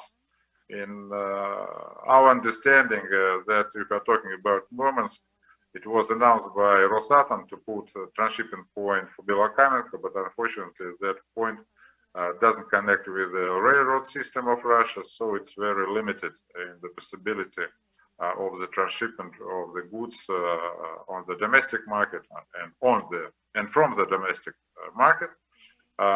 So we expect that finally will be a decision to move this shipping point for the constructed Lavn terminal, which will be finished on 2024. As I have told, that expected that will be 4 cargo vessels, containers with capacity of 300 TEUs, and it will be 1 loop. It's very important to understand on the right side of the chart that of course we have huge containers with a capacity of 600, but nevertheless the feeder services will be produced by the less deadweight vessels. We expect that will be between 100,500 TEUs till 3,500 TEUs. Of course, this new line don't will replace the existing transit flow, and it will be year-round additional numbers. If to say about the expected capacity, one can see 3 estimation from 3 different sources, and it's expected that it will be no more than 800,000 TEUs during the first stage of the activity, at least till 2030. Next slide, please. if you are talking about the risk of container transport of the Northern Sea route, we have to keep in mind a lot of different risks from the different sources. And it was a question for Mr. Manko about the strategy. You see, in our understanding, if you are talking about the strategy, first of all, to have to keep in mind how to solve all these problems which are on the table just before your eyes, because it's very important for the development of the stable year-round shipment of the transit goods. I don't will make comment during the shortage of time. This presentation will be available, and so I would like to make a comment about the expected ice-breaking services. Next slide, please. On the right, it's published a couple of weeks ago, deployment plan of Atom Float. It's expected that it will be 3 icebreakers from the Vilkitsky Strait to the Bering Strait, and it will be a fleet of the nuclear icebreakers and LNG powered icebreakers, which will operate on the Kara Sea, on the whole area of Kara Sea. If you look on the left, it's numbers which reflect the expectation of the companies for the icebreaking support. One can see that 3 icebreakers on the east, it's pretty fitted expectation of Novatek. In that case, it's very easy to make the conclusion that 3 icebreakers on the east are primarily oriented for the Novatek LNG transport, but if we look for Rosatom car expectation, it was announced by the company that they need 2 nuclear icebreakers in winter and spring on the permanent basis. And as I have told before, we don't have any particular numbers from Rosneft for the Vostok Oil project and ION for their coal project. So the needs for the icebreaking support will be growing, but unfortunately, in my understanding, we don't see the expected provision of this 3 projects in the Atom Float fleet development. Next slide, please. First of all, I want to make comment that really development of the cargo flow connected with the mineral resources as the main drivers for the Arctic shipping, it's very, very sensitive process which is dependable on the different factors which influence them. Cargo base, in principle, question for the transit too. And unfortunately, we don't see now any solution how to get or how to obtain necessary volumes of container cargo on the west, then to keep balance between the moving westbound and eastbound. As I have told, that really development of the Arctic port infrastructure is connected primarily with the construction of the specialized terminals, which are focused on the shipping of minerals. But nevertheless, they are combined by the piers for the general cargo, and it's possible to use them much more broad, not only for the needs of the projects, but for the supply for the adjacent territories. And talking about the transit, yes, of course, we have two principal tasks to be decided. First of all, it's asymmetry of cargo flow, and as I have tried to show you, that uncertainty of the stability of breaking assistance of shipping. Next slide, please.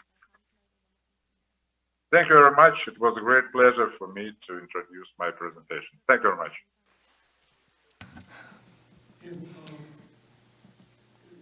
Thank you very much for your presentation. Acting head of the Mikhail Grigoriev, you talked about the advantages and issues of the Arctic shipping routes, and also about the RNG and the crude oil, and this port infrastructure and development and current trends.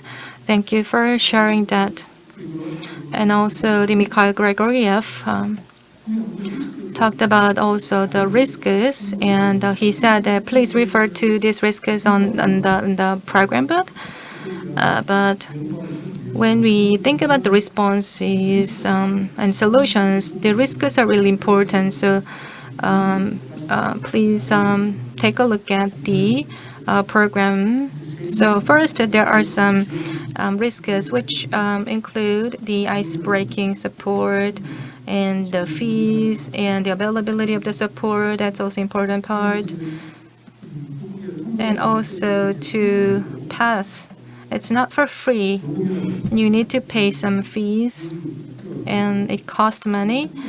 And for the passage, there are the other issues. And also, in the current situations, the one important thing is about the biodiversity. That could be also a threat to the biodiversity. Well, for Leti, the three large ship liners, Maersk, and the other ship liners, they even though the passage is possible in the Arctic route, they don't have an intention to send their ships there. The other thing is about this asymmetry of the container ships. So the cargo needs to go back and forth, like the eastbound and westbound, and this whole volume is asymmetric, and that's one obstacle to increasing the volume in the Arctic shipping route. And in 2024, he also mentioned about the government is now about to announce, and that is about, although he didn't share details, but it is about in the Europe, they have this port of Murmansk, and in the Far East, they have the port of Vladivostok. So the Murmansk and the Vladivostok, they can, or they want to promote that into an international hub of the transshipment in the Arctic route. That's their plan. So from the presentation, well, I'm not sure whether he's listening to my comments, but if time allows, let me make some comments. So is the port of Vladivostok, it will be a hub of the Far East, because in Asia and in this region, it has a large cargo volume of the shipment. So it's like one of the major leagues. So the Murmansk and Vladivostok bridging the Europe and Asia, do you really think it can play a role as a hub of the transshipment? So I'm a bit skeptical on this. So so the presentation was about the infrastructure and the feasibility, about the resource development and the mineral resource development. So that was about the presentation. And also for today's end, well, we need to also have the right estimate about this transit volume. In this seminar, I've been attending for many years, but about this Arctic route, year-round travel or the transit, well, when it will be really available, the other presenter mentioned that it will be available by from 2030. The other presentation, it says it will not be available before 2050. So when are we going to have this commercial and fully functioning year-round transit? Maybe it will be available for at least 10 months a year without any ice-breaking support. That's one thing that we can justify the whole trenches. So when I go back, I will read again all these presentation materials, and Mr. Grigoriev provided great information. It really helped understanding the trends in the Arctic shipping route. And we will move to the next presentation. Next presenter is from Norwegian company Kongsberg. The company completed a pilot operation of a vessel in the Arctic Sea. Although he is working for a different business division, Mr. Bore Patterson is working for the satellite services and the satellite data and the weather services, and it will be focused on the integration of these services covering these areas. And, let us invite Mr. Bore Patterson, please.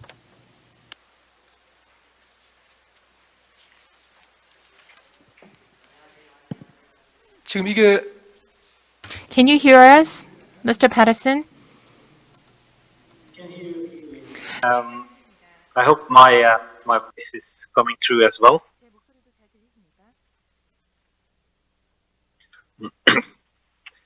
안녕하세요, and thank you for inviting me to speak on this conference. My name is Børre Pedersen. I'm working for a Norwegian company called Kongsberg Satellite Services.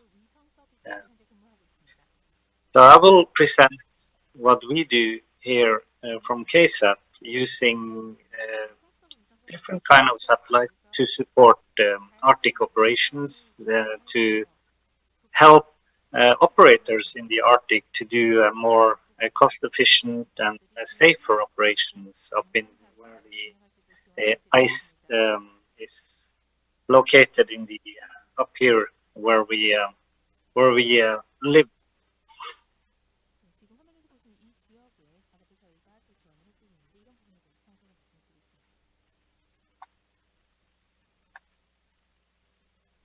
So my company, we are a little more than 250 employees. We are located inside of the Arctic Circle in the city of Tromsø in Norway.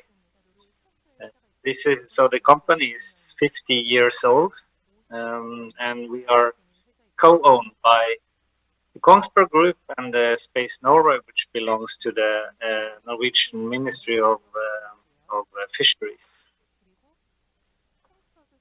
We are supporting all kinds of satellites from antennas around the world, and this is a critical thing to be able to deliver information to ship owners globally, but in specific in the Arctic. We do maritime surveillance and security. We also do environmental monitoring, forest monitoring, and we provide satellite imagery, which is part of my presentation here today. So this is a picture from this Svalbard ground station up at in 78 degrees north. This is the biggest ground station on Earth for commercial satellite operations, where we receive data from more than 200 different satellites.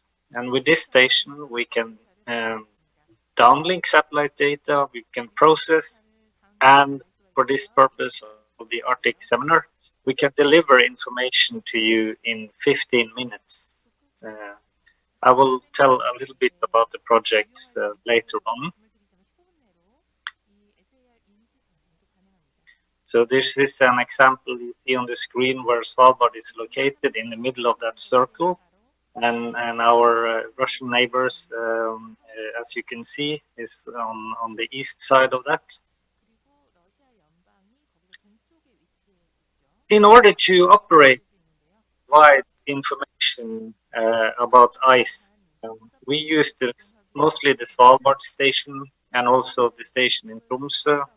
But for some special purposes, we can use the Antarctic station, and we do that to provide a lot of information, but also the ice management support, as we call it. We detect the ice edge, iceberg, and we can also help ships and vessels to navigate through ice using partners of KSAT.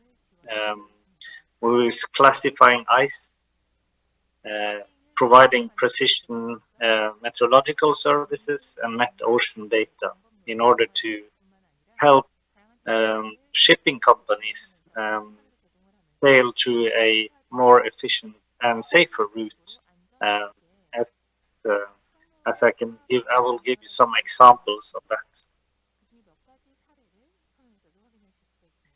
So our service for ice management and ice navigation, that is by using what we call radar satellites. The radar satellites will penetrate to clouds and operate day and night.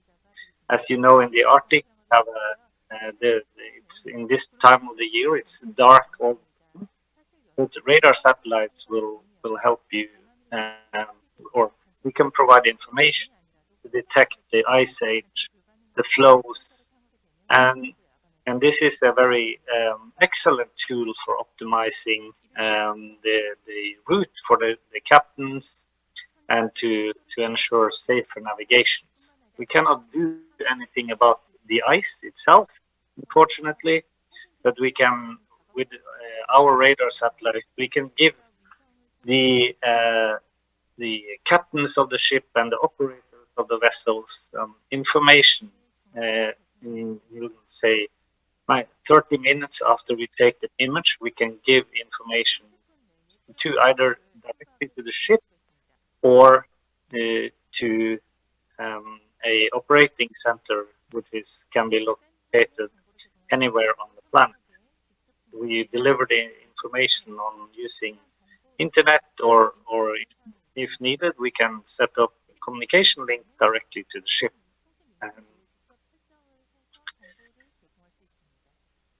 So what kind of satellites can we provide information from? Here at KSAT, we operate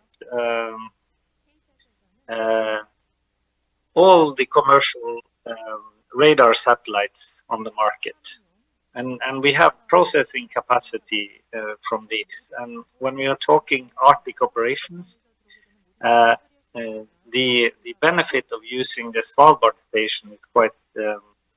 It gives us a very fantastic opportunity, because from the time we take the image over an area until we can deliver information, that will take around 30 minutes.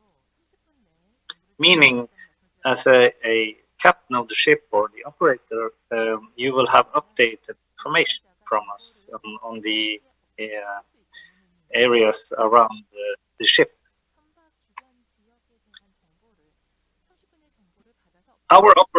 Our center in Tromsø, we operate 24 hours a day, every day. So 24/7 operations.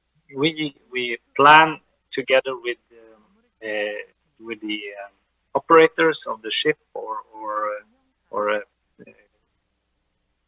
operating centers on shore, and then we can together plan with using different kind of satellites to give you the information about what can you see around the boat, how is the ice. And I will describe some projects that we have already done, and to illustrate the capacity that can be used from the KSAT and our partners. So this is an example of a fiber cable that was put in Alaska, the Quintillion project, where KSAT and Viking Ice Consultancy together provided the operators of the fiber ship the updated information about the ice conditions around the fiber vessels. So because the fiber vessel didn't have the highest ice class, they were needed updated information from us to help navigate and also to ensure safe operation. I know there is a plan to install a trans-Arctic fiber cable from Japan to Finland, and this is also with the Russian company Megafon. This is something we can also provide information to help making a safe operation of this fiber cable. I know they plan to do it in the summer, but still there will be probably some examples where icebergs can drift into that, and with that we can help to provide information on it. So we have provided services to some projects, and this is an example of the ice management support in the Kara Sea, where there was an exploration well. ExxonMobil was the operator, and KSAT. We worked together with the Viking supply to give information about the ice conditions around this exploration drilling. This is to ensure safe operations and also to give to the operator of the well or of the drilling updated information. As you can see here on the picture, we sent them an image telling that there was an iceberg which is 11 kilometers wide in the area. This project was also in cooperation with the Russian Institute ARI. So we are cooperating internationally because we provide satellite information. Then Viking Supply will tell more details about what kind of ice do we see. And in this example, we also cooperated with ARI to give as good information as possible. And especially operating in the Arctic with the iceberg, this is critical for safe operation.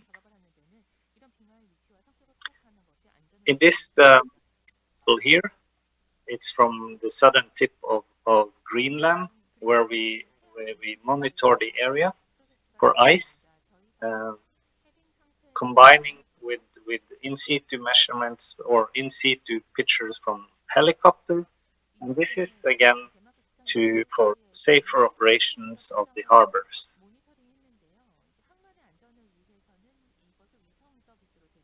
As you can see on this picture, we are using Terrasat. It's one of the satellites we have. It's the resolution is meaning that how details can we see. So we see ice or objects which is 18 meter, and so this is a combination of how wide can you see. With this resolution, you see 150 kilometers, but also with a quite good resolution, so you can provide fairly detailed information as seen from satellites. And again, with the radar satellites, we have access to 15 different radar satellites, and they see day and night. They will also see through the clouds, and we deliver the information. For Greenland, it's in 1 hour. So this is the experience that we have seen, and after talking to operators in the Arctic. This is the benefits of using near real-time information. We also use Met Ocean data to have updated information on the ice. We also understand that communication to operators or to the ship is critical. And we have case was a part of a study or a project in Europe called Multi-Arcos. So Multi-Arcos was about to establish a ready for operation service. The user on board a vessel can get access to satellite data and other relevant information to operate safer. The project was with KSAT, with StormGeo. As you, I'm not sure if you know StormGeo. StormGeo is one of the biggest companies in the world for precision meteorological information. Viking is a company working to detect and classify ice. So here you have see Storm Geo. They are operating as well as we, 24/7. They have 7 global operation centers, and so together with KSAT, Storm Geo, and KSAT, we can provide a lot of updated new real-time information to people and companies operating in the Arctic.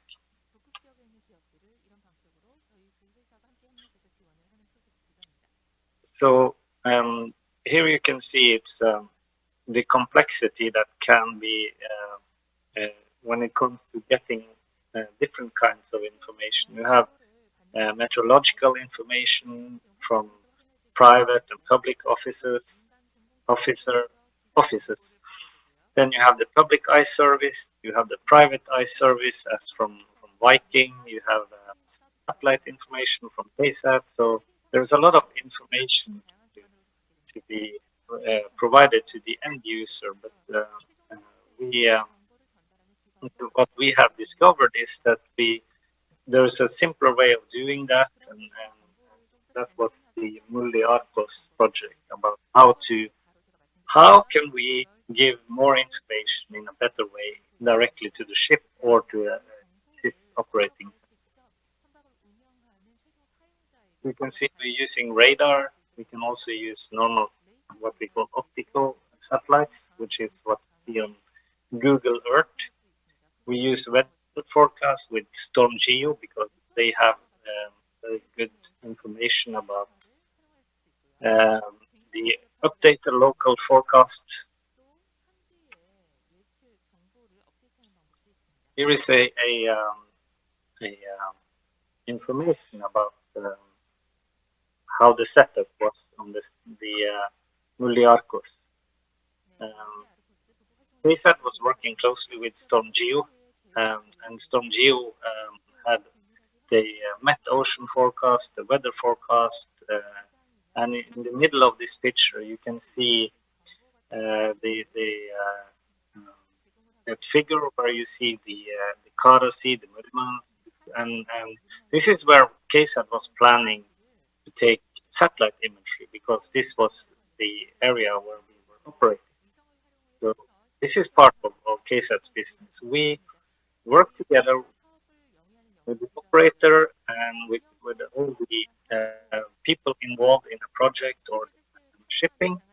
We take care of the satellite image. We process and provide information to the end user, either on a boat or in an office. And then, so this is a simplified version about how can we make it easier for the shippers, for the captains on the boat. The end user will get more information. So this is from Storm Geo, where they will provide about the Met Ocean data, about the ice flows, about everything that they have as an expert. We give them more updated satellite information, especially for the ice. Then we can see the ice flows, the ice edge, icebergs, and they can put it into a model presented directly into the ship with this system they call the Vortex.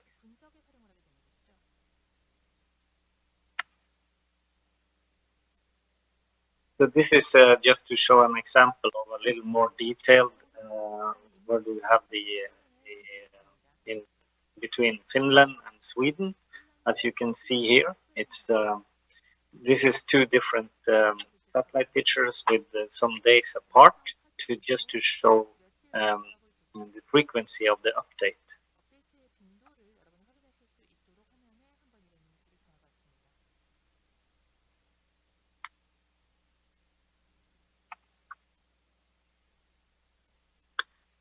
You can see the weather data delivered, the satellite imagery that was planned, and to the right, you can see the satellite image to show ice flows and to help the drift analytical part. And then with that, we are using, if you can remember from some slides ago, we have several different satellites, so we can take multiple images and provide information in real time for safer navigation.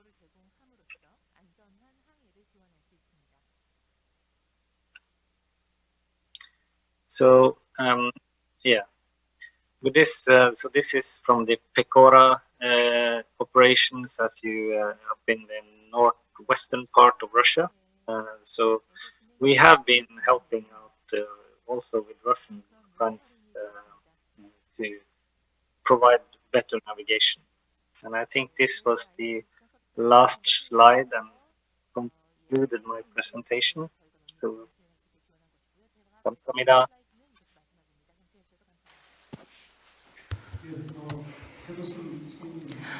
Thank you very much, Mr. Patterson, for your insightful presentation. For the safe operation in the Arctic,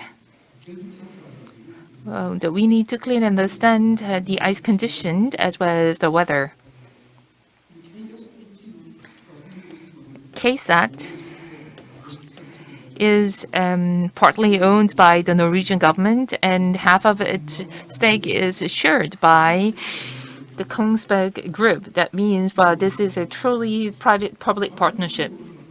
As I listen to your presentation, I could see that KSAT offers such a reliable set of services. Thank you very much for your detailed explanation on the roles played by KSAT. In the winter time, if we are to climb a mountain, we would check the weather forecast. That means information is that critical. But in the harsh environment, if you want to pass the Northern Sea route, then you would spend 20 days. That is why the weather forecast as well as the weather condition and the ice condition related information is critical. For traditional and conventional navigation, satellite information is actively used. E-navigation has been actively embraced. And as for the Arctic shipping and navigation, advanced technology is of great use, a great need. So the services offered by KSAT will be of great help for safe navigation. So as for the presentation, it addressed the various technical areas.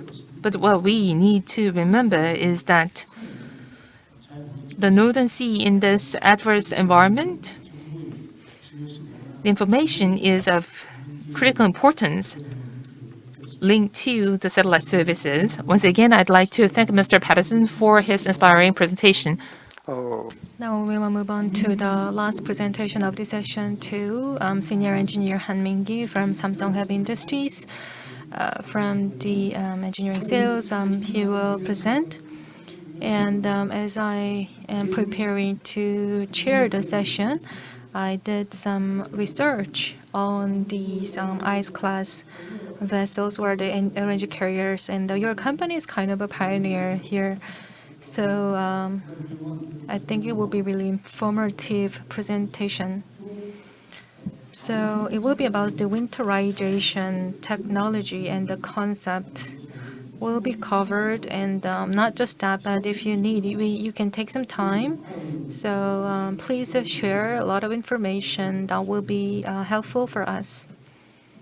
So Mr. Han, please. Hello, good afternoon. I am from Samsung Heavy Industries. I am sales engineer or senior engineer from the Samsung Heavy Industries. They call me pro, or it's like the senior manager level. So before I go into the presentation, thank you for giving me this opportunity to present at the seminar. For the vessels that trouble the Arctic shipping routes, the winterization is a really essential technology for these vessels. So this is the contents of my presentation. So I'll talk about the Samsung Heavy Industries Arctic project development and the winterization, the general concepts, and the Arctic LNG project specific elements of our own technology.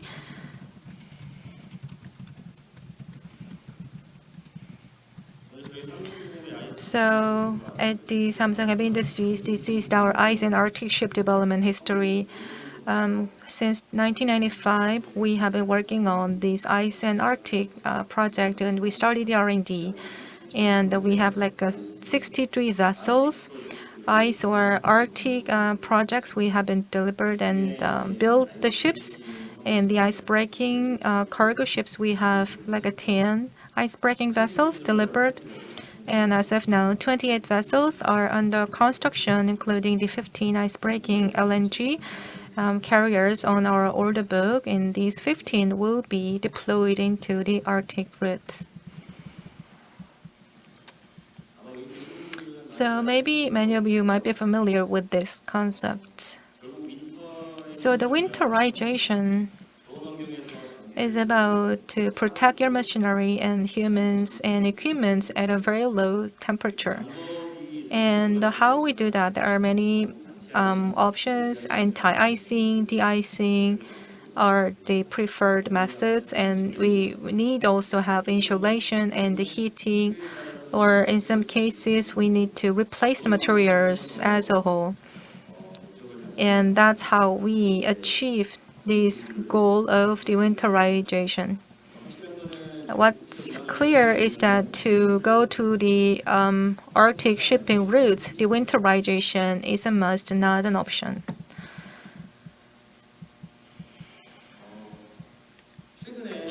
So recently, there are some trends in terms of rules for winterization, and the operation requirements are changing. So let me briefly touch upon this. One big change is that in terms of the rules, the goal-based requirements are now on the rise. In the past, to get to the Arctic shipping routes, for example, the Polar Code years ago went into effect, and that's been applied and complied. And in the Polar Code, most of the requirements are goal-based. So, for example, in the past, the winterization was new, and the trend about the rules was that you specify some heating capacity, or how to apply the winterization technology has been specified in the rules. So for now, these are goal-based requirements, and it's changing. So the rule trends of today, you set the goals, and you have to choose some specification with some flexibility. So it means that in the Arctic region, to build a ship for the Arctic shipping routes, with the ship owners and shipbuilders need to work together to decide upon the right specification. And also the other thing is that the operator requirements, the active measures, for example, the heat tracing, or you add some heat source for protection, but now it's changing to be passive measures. That's another trend that we are seeing. So in the Arctic region, you need to have experiences along with the shipbuilding experiences and with the know-how. You can see what is the efficient specification, and that is driving these changes. Next slide is about the winterization and how you can really add or specify the winterization features. What's really important than anything else is you need to decide which area you will have your vessels on and what are the features. So is it really about the ice class or ice breaking vessels? So these are the important features that need to be defined in the first place. So you need to also define the temperature conditions, and then by different vessel class, you have different symbols. It could be DAT, PST, or BST. So these symbols are used, and the temperature correlations are there for different types, and these are defined by the rules. So at first, the ship owners and the shipbuilders need to have a clear definition so that they will not have any argument during the build stage. And other than that, there are the other essential rules. And so you need to also look into that as well. For example, in certain field, there are the requirements. And what we are looking into is the NSR route, this Northern Sea route, and there are the specific requirements, field requirements, and that should be also the basis. So when you go through these whole stages, then you can have the concept of winterization, and based on that, you can set the requirements. So that is the basic flow. At the Samsung Heavy Industries, we have built some experiences, and let me tell you about the general concept of winterization. So when it comes to winterization, you have these whole equipment that you need to protect as they are exposed to have de-icing or the anti-icing is the measures on a heated deck or heated canvas cover or what you have under that. So to ensure the safety of the navigation or the crew, you protect them with the anti-icing. And for the other areas with a heat source or the crew will go in there for de-icing. So for the essential areas, the temperature conditions will be maintained at a certain level or above with the room heating. So these essential areas would mean the equipment area where you need to have a for propulsion or the fire agent area, or for some emergency navigation, you may have the equipment on this area as well.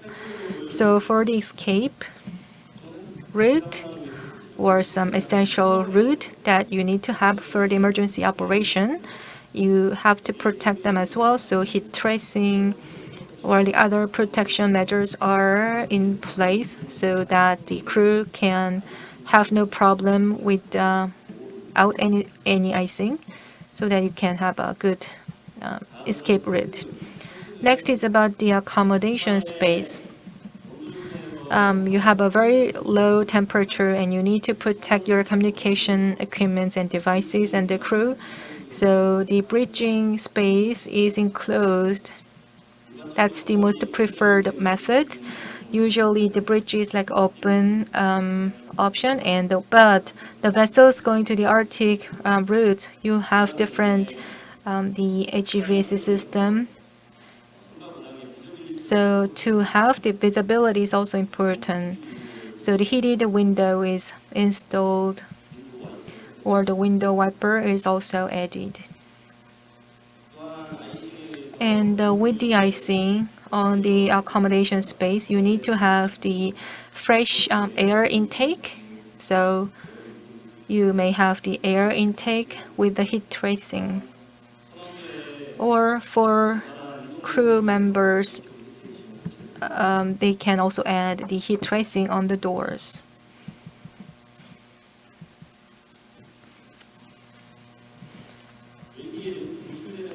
And the pipes that are exposed outside need protection. So you may put them into the enclosed space. That is the ideal way. It's not just about the freezing protection, but also during the navigation, you may have drop object that may damage your piping system. However, it's not really practically easy to have them all installed into enclosed space. That's going to take a lot of money. So you may add the other materials, or you may add the heat tracing to protect the piping system. And on the external side, the ballast tank is very vulnerable to the freezing. So on the icing area, this piping system, you need to have, or you may have the air bubbling or heating coil for the ballast tank for warm up. That's what people use a lot. So on the head of the vessel, you also need to have this heating system. So on the IC vessel, the disc type air vent, rather than the air vent head, you may need ball flood type air vent head. So this system can be also the HR system with the pipe and valves, may be also protected with different applications. Next is about the engine room.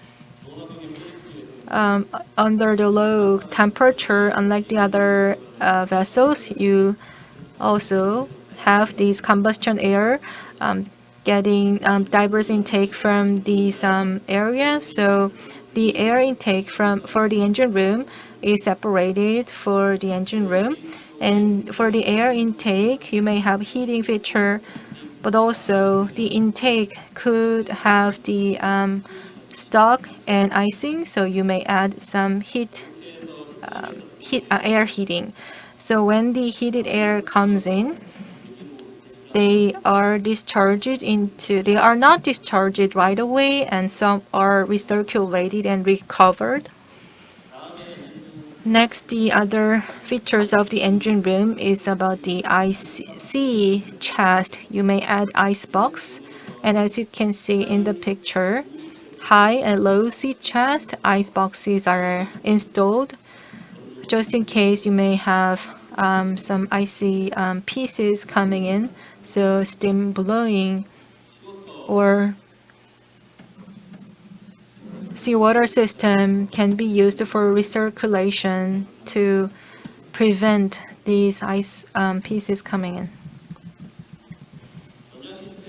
And for the electrical system, it is to protect this communication or the lighting equipment. And the basis is to have the right design. So for example, antenna can be dome shaped to provide the heat sources inside so that they will have effective operation, and the cable and the other equipment are designed to function well at the right temperature. And the expand ice radar or ice searchlight are also used for this ice map. You can use them with the mapping. And from now on, I will talk about our Arctic LNG project, RNG2 project, what winterization features we have for the project. So first, for the Arctic LNG2 operation, from the Murmansk and Kamchatka and the northern sea route, we send out this LNG. And from the NSR route, we send out the cargo. And we need to have this. We have this two-way ice breaking. It's like 1.2 meter thickness and 2.1 meter thickness, and it could be like minus 52 degrees Celsius of the extreme weather temperature. And on the ship, let me tell you about the key features. As I mentioned, you can have this ice breaking on the hull and the deck as well. So the propulsion systems are applied to the engine room, and it's like a 15 megawatt 3 sets, and the total is like a 45 megawatt for the propulsion system. It's not just about the hull or the deck, and you have the ice to strengthen the hull. So on the stern and the hull, you have the semi-enclosed for the mooring deck. So the stern plus the ice breaking operation, you can have the clear visibility by having the stern breach. Samsung Heavy Industries are now responsible for the block fabrication, designing, and supplying materials. And the first vessel will be delivered by the first quarter of 2023 from the Vida shipyard. And next, let me tell you about the features for different sections of the vessel. First, one is the cranes. They can stand at minus 52 degrees with the heated operator's cabin. And there is also the internal heating system inside the cabin. So all the heating system are running on a dual system, and you can check the temperature on the temperature monitoring system on the crane. And we have this lifeboat system. And for the project, we comply with the polar code.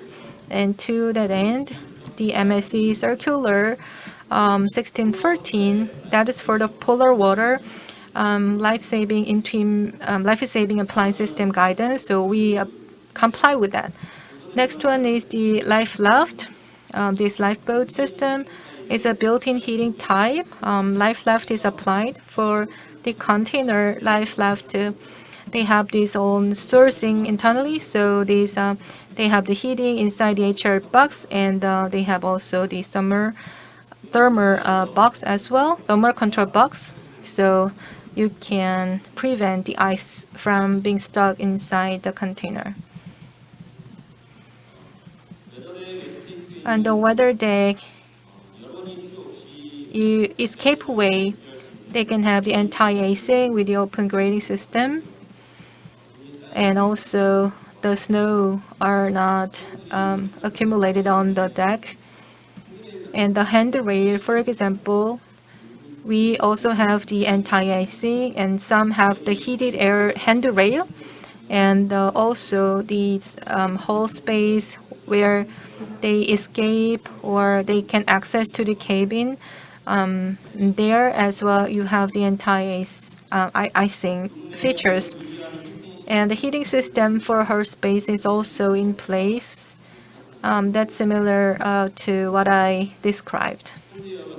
When cold air comes in, the duct heater is there, and also you can see the space heater. So you can heat up the air that comes up and keep a certain temperature or higher.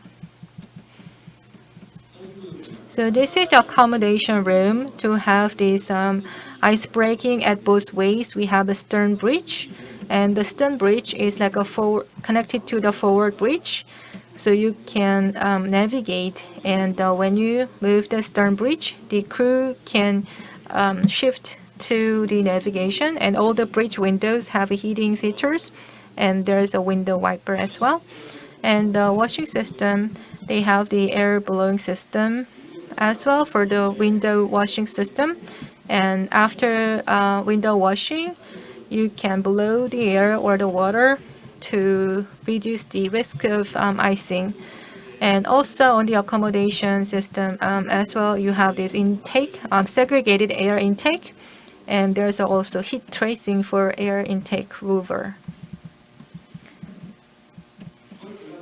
And for the hull piping system, except for the cargo lines, most of the services are on the enclosed area, especially for the passageway is used for this. And for the service lines, what's exposed outside, we have the heat tracing, cargo trunk deck or cargo liquid dome, and the safety valves and the bent mast are also equipped with the heat tracing for protection. And the vessel has the de-icing system with the two different medium. We have general de-icing with this heating system, and other than that, we also have cargo manifold or the water tank system with the hot water. The engine room area, as I mentioned before, this is the general Arctic vessel ventilation concept. The same thing I mentioned for the main generative engine. They have the direct intake duct for the air take, and with the heat tracing and and also the air recirculation system. You also keep the temperature of the engine room. And the last one is for the navigation and communication system. And with this heating device, antenna and the radar, with the heating device, and for the ProMast, you have also the expand radar. For the forward bridge and the stern bridge on the top, you have the Xenon searchlight, like four of them, and the echo sounder is also in place.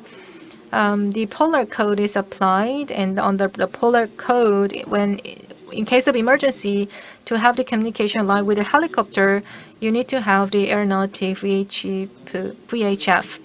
So even though we don't have the space for the landing of the helicopters, but for the aeronautical VHF is here, and the lifeboat and the required like EPIRF and I say RTR in place.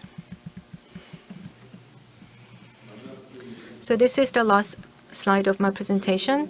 Samsung Heavy Industries, for 25 years, we have been developing the Arctic project, and we also delivered many vessels. And as I mentioned before, the rule trend is changing constantly, so we need to work with the operator and the builder to have efficient winterization performance. So Samsung Heavy Industries will continue to leverage our experiences to offer better ice-breaking performance and more efficient winterization performance. And we will continue to work with our operators and ship owners to be the best partner in the Arctic shipping routes. Thank you for listening to my presentation. That's it for my presentation. Please give him a big round of applause.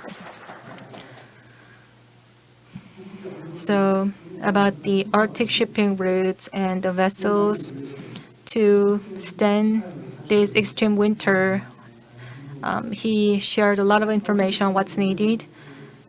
And one thing that came to my mind was the whole slides about, have you ever presented this one at Comarin or the neighbor architecture conferences? No, this is the first time, because about this Arctic shipping routes and the Arctic shipping seminar, it's really important and informative presentation because it's needed for every vessel in terms of winterization, and he presented on the details of features.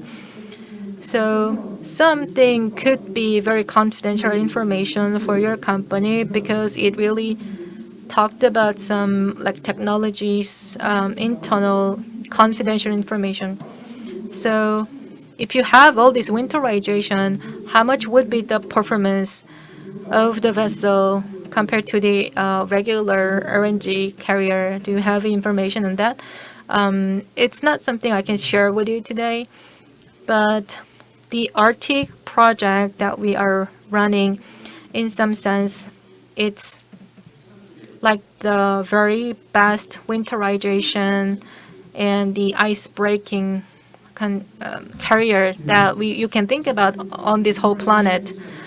So that's right. You covered essential elements of the winterization. For example, on the outer or the hull and the equipment protection and this whole accommodation space, piping system and engine room, ventilation, and the lighting and the lifeboat communication and all the things that's needed. The hardware side of the vessel has been explained for the winterization.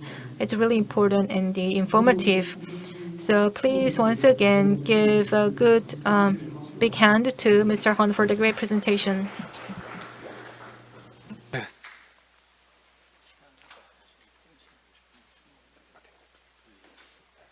자, 이제 이게 세션 3가 Now we are to move to session 3.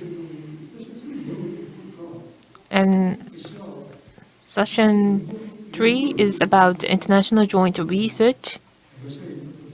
And there is a joint research project conducted by Professor Sangwon Hong in Korea and the Russian Institute. I'd like to invite Mr. Alexander Buyanov, Deputy Director, General Director of CNIMF, and I'm sorry. Well, the presentation will be delivered by Mr. Alex Tofaz, and then the presentation will be followed by Professor Hong's presentation. So the first presentation in session 3 will be delivered by Mr. Alex Topaz. Please welcome him with a big hand. Okay, can you listen me properly? Yes, I can hear you. Thank you. Okay, and you can see my screen, my shared screen, yes? Yes, thank you. Okay, so dear colleagues, I'm very grateful for the opportunity to take part in this prominent seminar. So I would like to present you the experience of our two companies, CNIMF and Bureau Hyperborea, in the field of digitalization and decision support of Arctic navigation. Recently, a lot of attention in Russia and abroad has been paid to development of various information services and applications for the centralized management of ship navigation in ice. The first example of such project is the Maritime Operation Headquarters from Atomflot. This situational center is located in Murmansk and was put into operation in 2020. Another prospective project is the joint platform of digital services for the Northern Sea route, which is now under development in Rosatom. This system will integrate many digital services and play a role of a think tank for tactical and operational management of Arctic fleet and coastal Arctic infrastructure. The main component of such information systems are the monitoring, management, analytics, and the last but not least, the decision support. The diagram below shows the main domains of decision support subsystem. We can see that it covers many subject fields, but in my presentation, I will focus in more detail on only one of them. It's the service for automatic ice routing. Ice routing has many specific features that distinguish it from open water routing. Some of them are of the quantitative nature, for example, higher variability of ice conditions in space and time, as well as the big number of ice parameters that need to be considered. But the main difference is that in ice routing, there are much more influencing factors, as well as possible optimization variables that must be taken into account. They are the ability of ships to operate bow or stern forward, icebreaker escort and caravan movement, operation of ships in freezing ice channels and in different zones of restricted navigation and shallow waters. Below in my presentation, I will pay attention to those aspects that are marked with a circle. These slides gives a very brief introduction to the mathematical methods and algorithms for ship routing in ice we use in our software. There are two basic approaches that allows finding the optimal path of a ship or a caravan in heterogeneous and non-stationary media. The first group of methods is so-called cell-based methods, such as Dijkstra or ASTAR. They search the optimal path using a predefined discrete graph or a grid. The second group is the cell-free algorithms or wave-based methods, such as isochrons or isocosts. They build a path in a continuous space.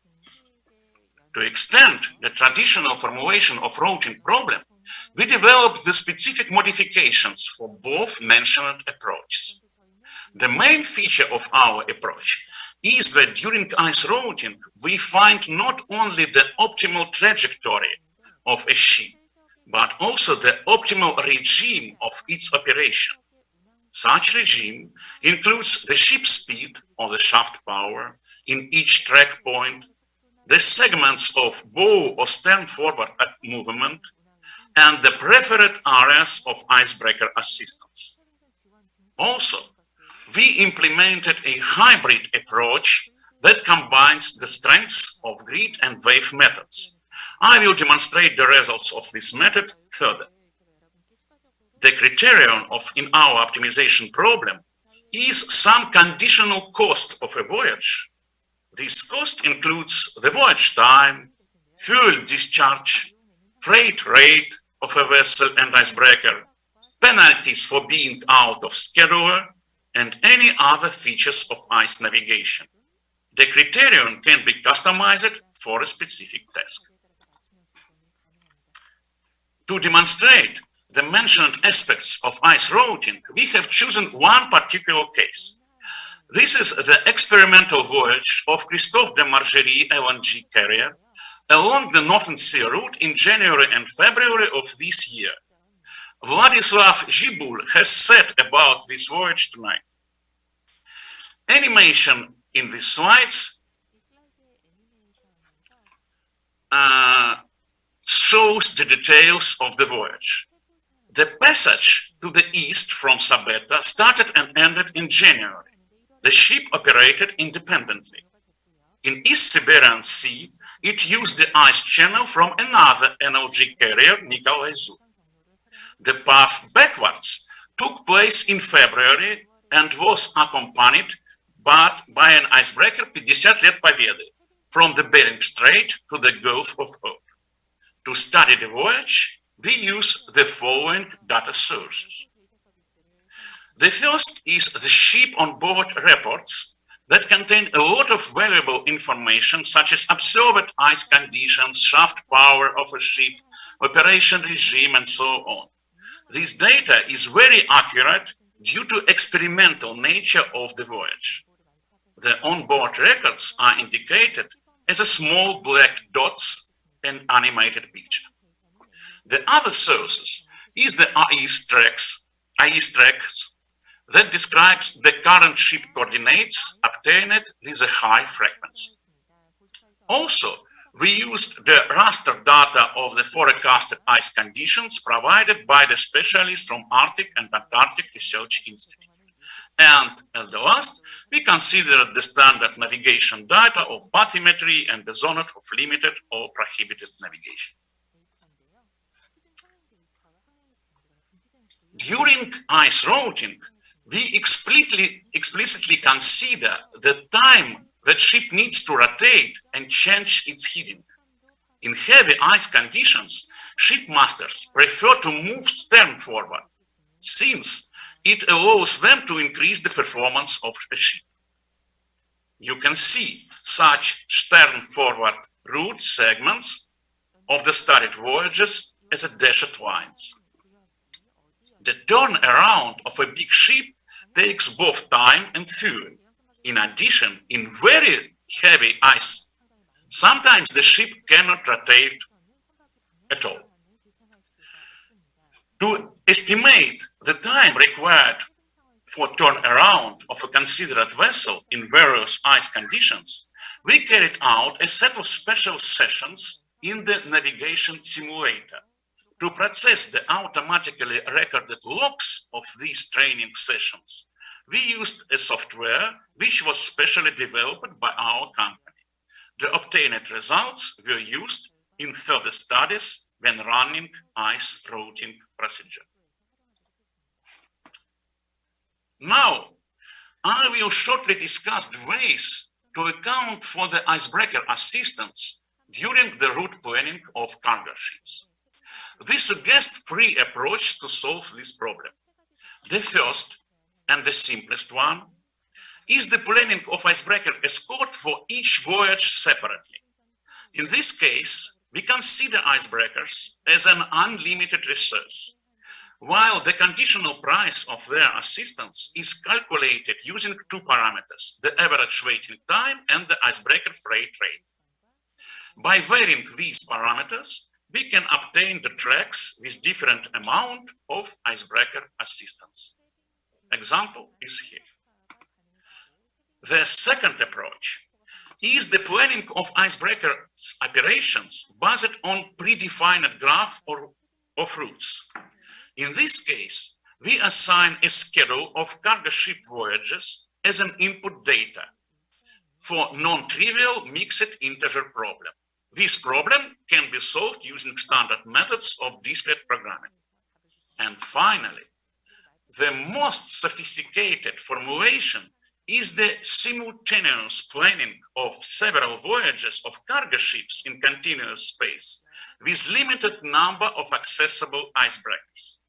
The principal approach here is to solve together the routing problem for each individual voyage and the joint vehicle resource planning task to arrange existing icebreakers along the route sections where icebreaker support is most efficient.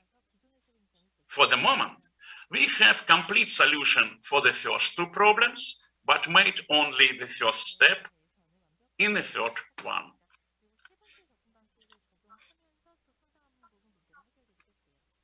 Ship operation in ice channels is the other important feature of Arctic navigation. The permanent ice channels are laid in fast ice and usually maintained by icebreakers, while the temporary channels appears after vessel passage and can be used by another vessel.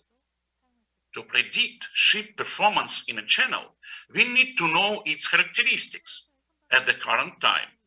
For this, we apply a specific model of ice channel dynamics, which describes the freezing and melting of ice in each channel section, as well as the changes of channel geometry after ship passage.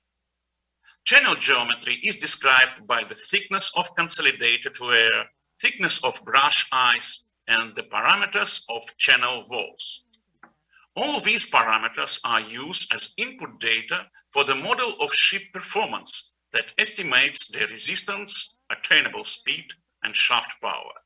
Selected results of the model are shown top right. During solving the routing problem, both the ice channels and predefined fairways are described as vector linear objects and in the geographic space. Our algorithms of path finding can use this linear object and automatically merge them with optimal routes. Let me now discuss the sources of uncertainty in ice routing problem. This is quite a wide task, but I will try to draw some conclusions based on the restricted amount of data from considered voyage. Firstly, we investigated the possible inaccuracy of data on ice conditions. Diagram on the slide compare the ice parameters obtained from ice forecast model of Arctic and Antarctic Research Institute with the onboard records in the same place and at the same time.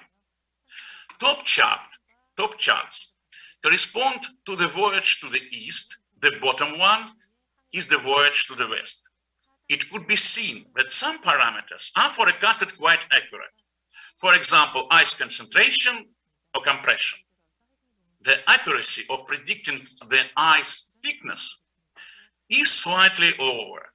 At the same time, we can see a significant underestimation in forecasted hammocking, especially for the first part of the voyage to the east. The next step of uncertainty analysis is the verification of ship performance model that we developed and used in routing routine. There are two charts on this slide, and each chart contains 3 lines. The blue line is the actual ship speed taken from automatic identification system. Green one is the calculated ship speed for the case of using the onboard ice data as an input of ship performance model.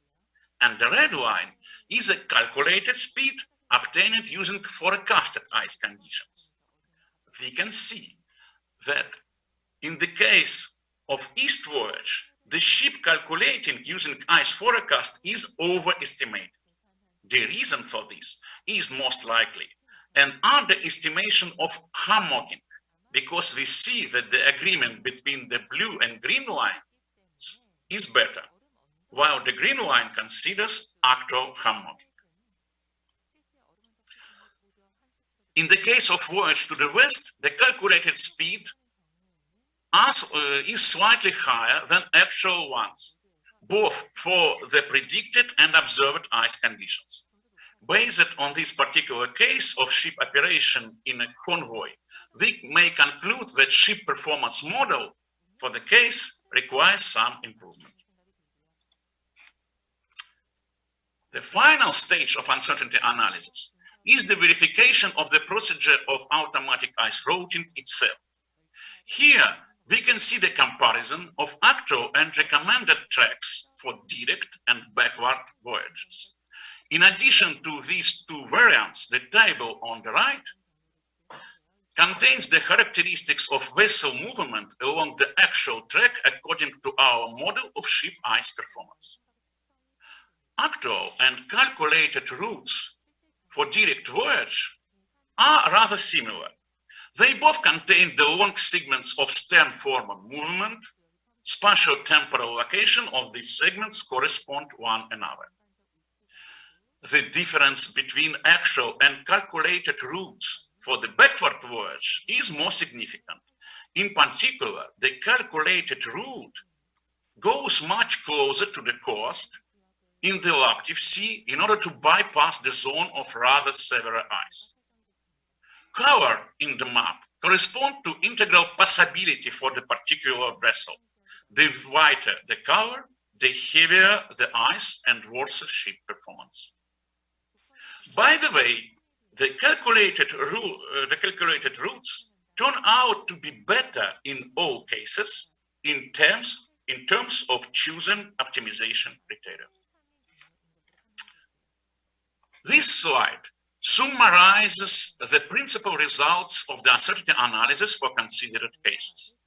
Here we enumerate the main problems caused by the uncertainties in ice forecasts.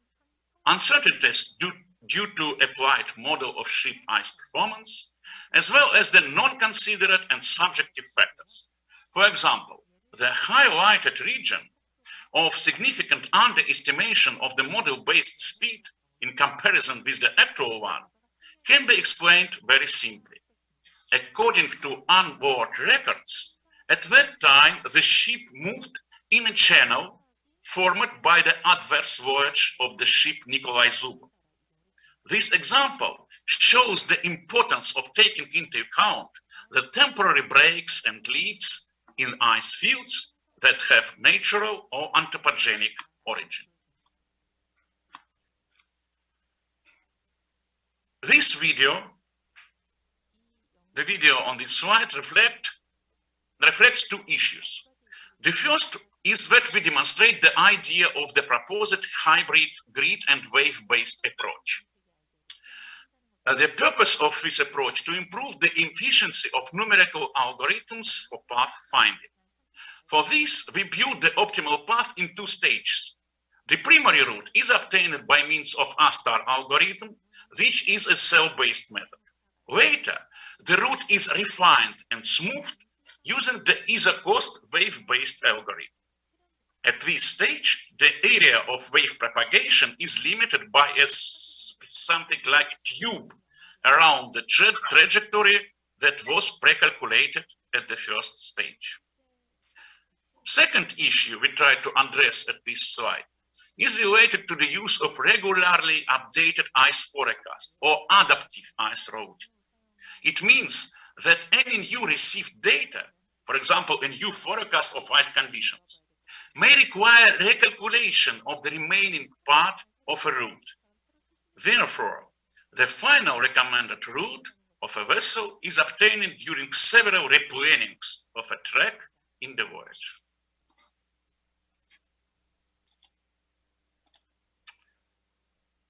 In the next two slides, we present several conclusions and recommendations that arise from our studies.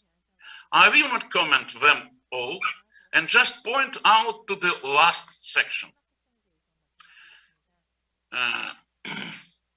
which is about the role of automatic ice routing services in the modern decision support systems. The main conclusion here is that at the moment, ice routing may be used as a tool or instrument in the hands of qualified ice experts. Such experts can use routing to analyze different paths and possible directions of some voyages. However, routing technology is not ready yet to run in fully automated mode. And the main reason of this is a high uncertainty of ice conditions that I mentioned above. Perhaps further, when diagnostic ice data and ice forecast evolve and develop more and more, the role of automatic ice routing may change significantly. So, thank you a lot for your kind attention. And finally, here below, you can see the link for downloading the demo web client of our routing service. You may download it and test yourself. We hope that it will be interesting and useful. Thank you, and maybe some questions.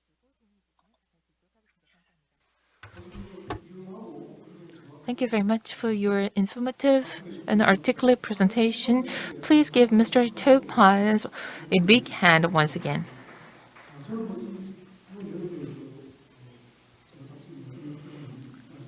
There is nothing to add. And after this session, if it is allowed, I'd like to invite Mr. Vladislav Zibel to. I'd like to ask Mr. Zibel as to the application of various researches and technology. This presentation, if this is workable, before closing, after Professor Hong's presentation, okay? So you can briefly prepare for the very short comment. If Alex Topaz's idea is workable in the practical areas anyway. It makes sense, anyway. Okay? All right. 자, 그럼 이제 마지막 제 3세션의 마지막. Now we will move on to the last presentation of this session 3. Hong Sung-won, professor from the Yongsan University, will present. Please welcome him with a big round of applause.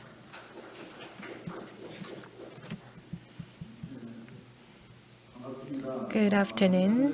I am the professor of Hong Sung-won from the Yongsan University Institute of Arctic Logistics. I'm the last presenter. I have like 7 to 8 minutes, and I will keep in time.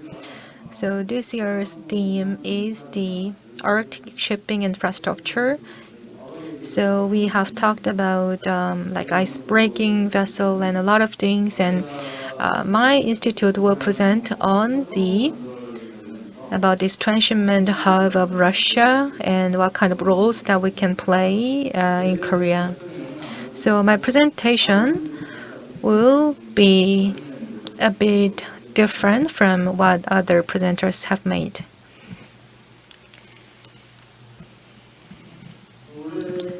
So about these northern sea route, I will talk about the 2021 navigation and Korea's perspectives and the transshipment hub construction. I will share the trends and developments and what kind of roles we can play in Korea. And in June and July, for the companies, we had the survey results. So let me share that as well.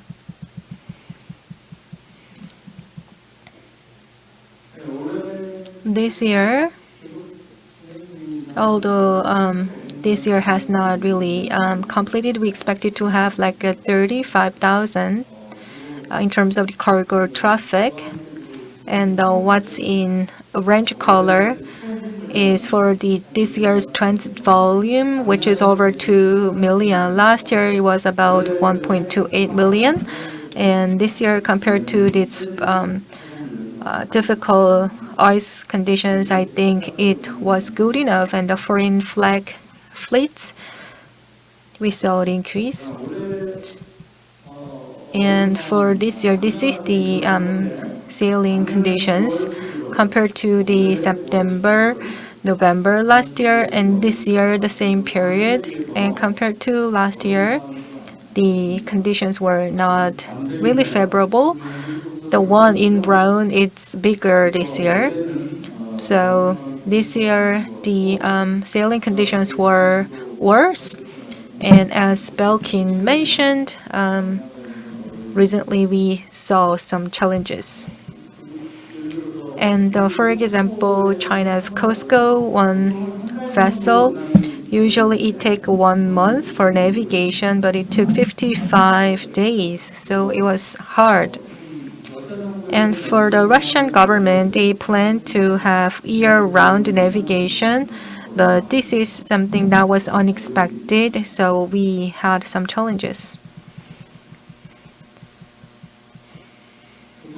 So usually every year we see some similar patterns. Let me share some Korean perspectives.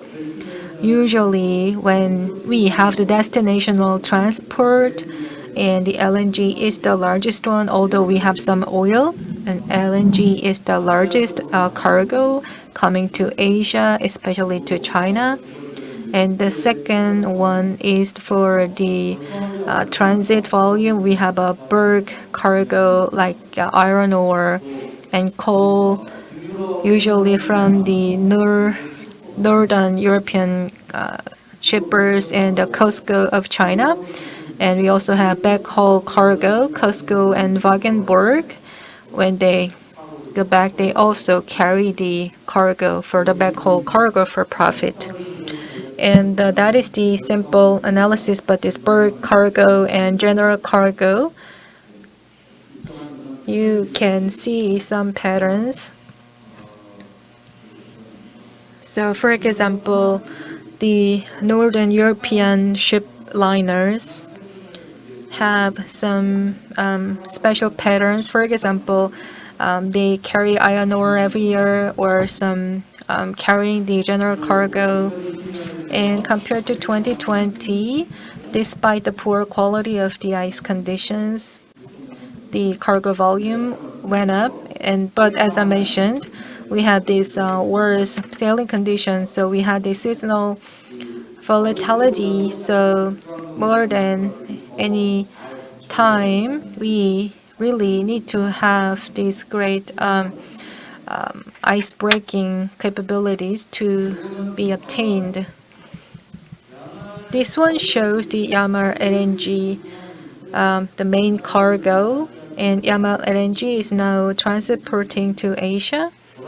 And this whole purple color shows the LNG carrier. They have 15, and compared to the Europe, they are more to the Asia bound. Some are overlapping, so over 10 or almost 10 are now Asia bound. In particular, in China, they had like a 25th voyage, and Japan 10th, and compared to last year,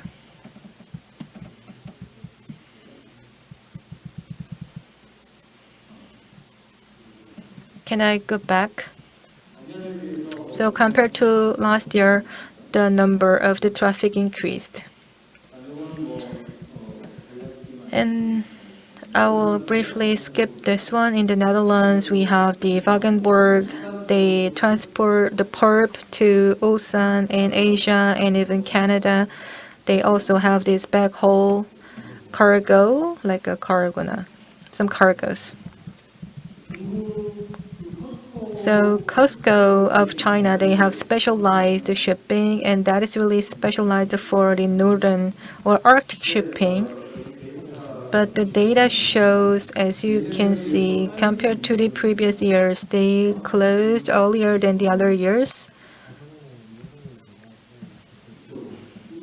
So the eastbound, it was like a 17 days earlier, and for the westbound as well, like a 10 days earlier, they terminated.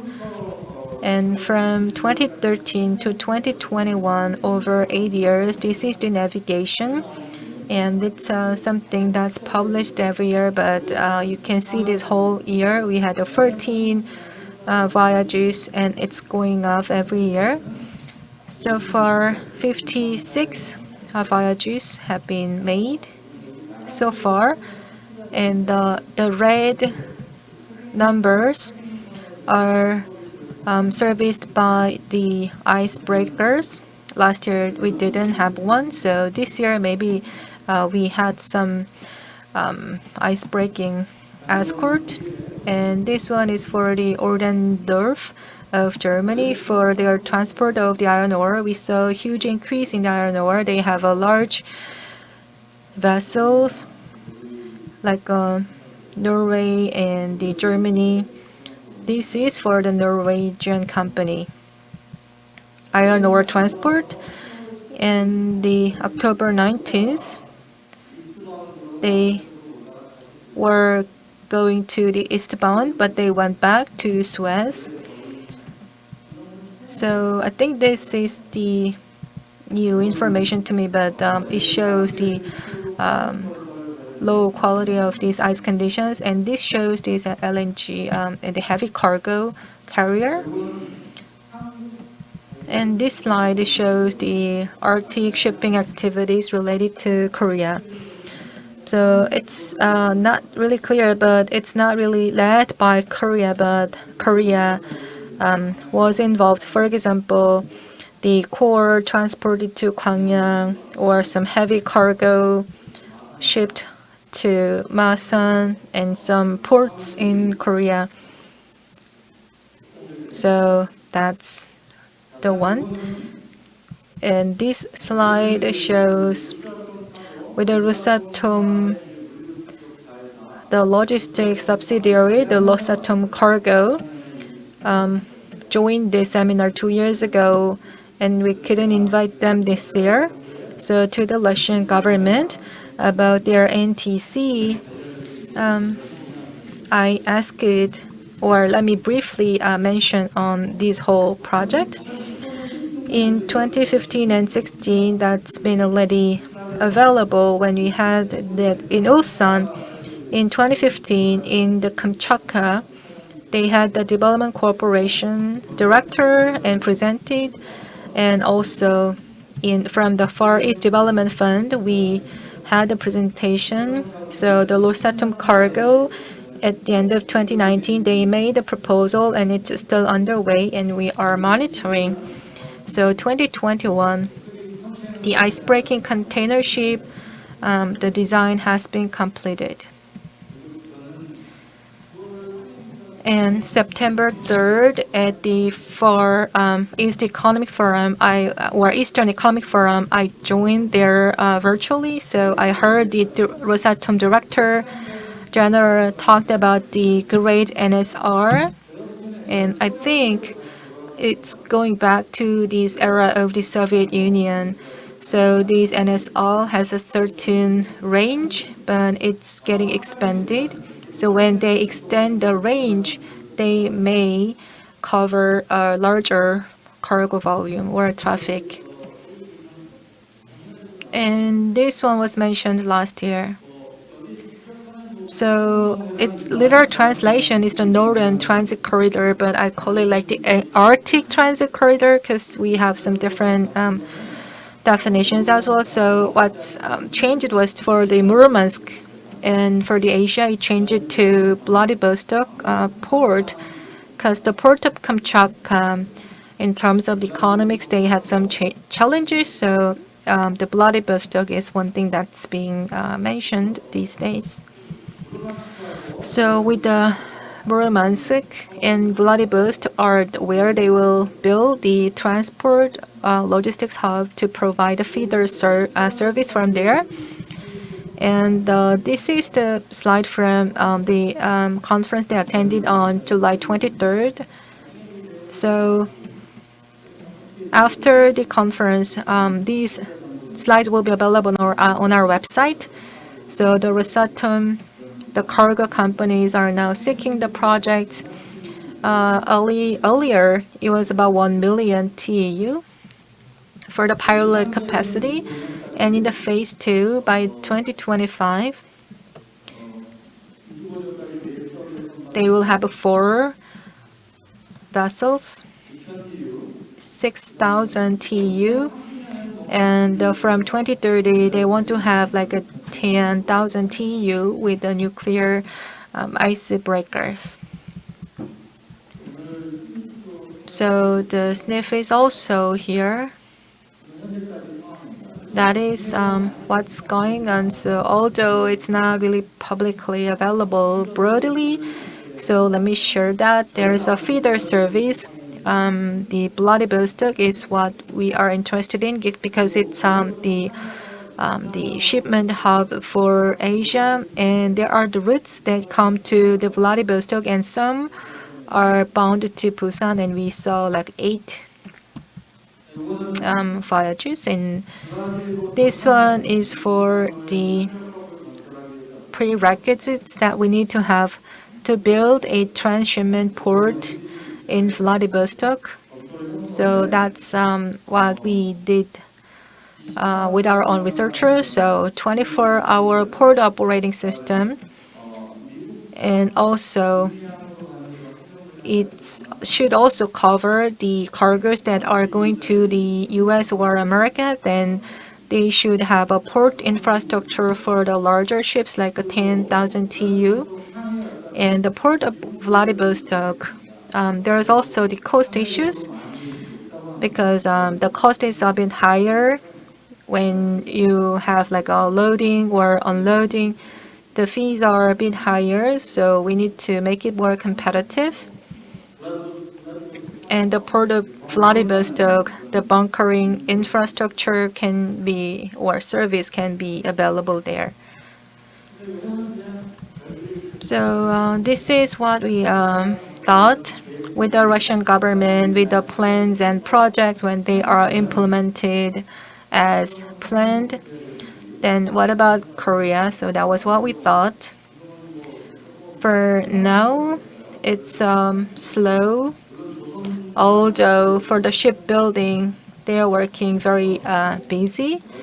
So with Russia, we may have some forum, and we had some forums with Russia, and there are some things that we can discuss together. For example, the ice class or the cargo transport or the transshipment port infrastructure, and there are a lot of opportunities. And also in the port of Vladivostok, the Russian government, if it can properly provide the transshipment service, it will take some time to get there. So as the Northeast Asian hub port, Busan port may cover some of the cargo traffic. And also in the Vladivostok port, not stopping the Vladivostok, some may directly go to China, and we have to prepare for that possibility. So how the Busan port can respond to that opportunity or possibility. So Busan port needs to work to get its own competitiveness, and the global companies' terminals can be attracted to Busan port. And this is the survey that we ran in June and July this year. So if there's an opportunity, we're gonna share that with you later. So we cover like 100 companies or respondents at the Arctic shipping related seminars and conferences, and so we know the participants very well, but some of them may not know the details of the Arctic shipping routes, and the logistics companies were more interested compared to the shipping liners. So these cargo owners were more interested. So they said that they don't have enough information. So the shipping companies know some of it, but the cargo and the logistics companies had a lot of information and knowledge. So for the commercial potentials, shipping companies, so low potential. And when these Northern Sea route will be available for use, shipping companies are thinking that it may take longer.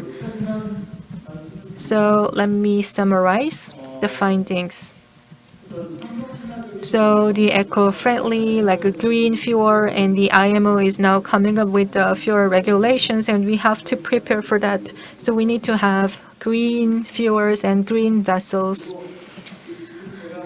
So as I listen to these, I'm not talking about these policies of the Russian government. So the Korean government may take some measures to develop some plans. That was one idea that we heard from the companies.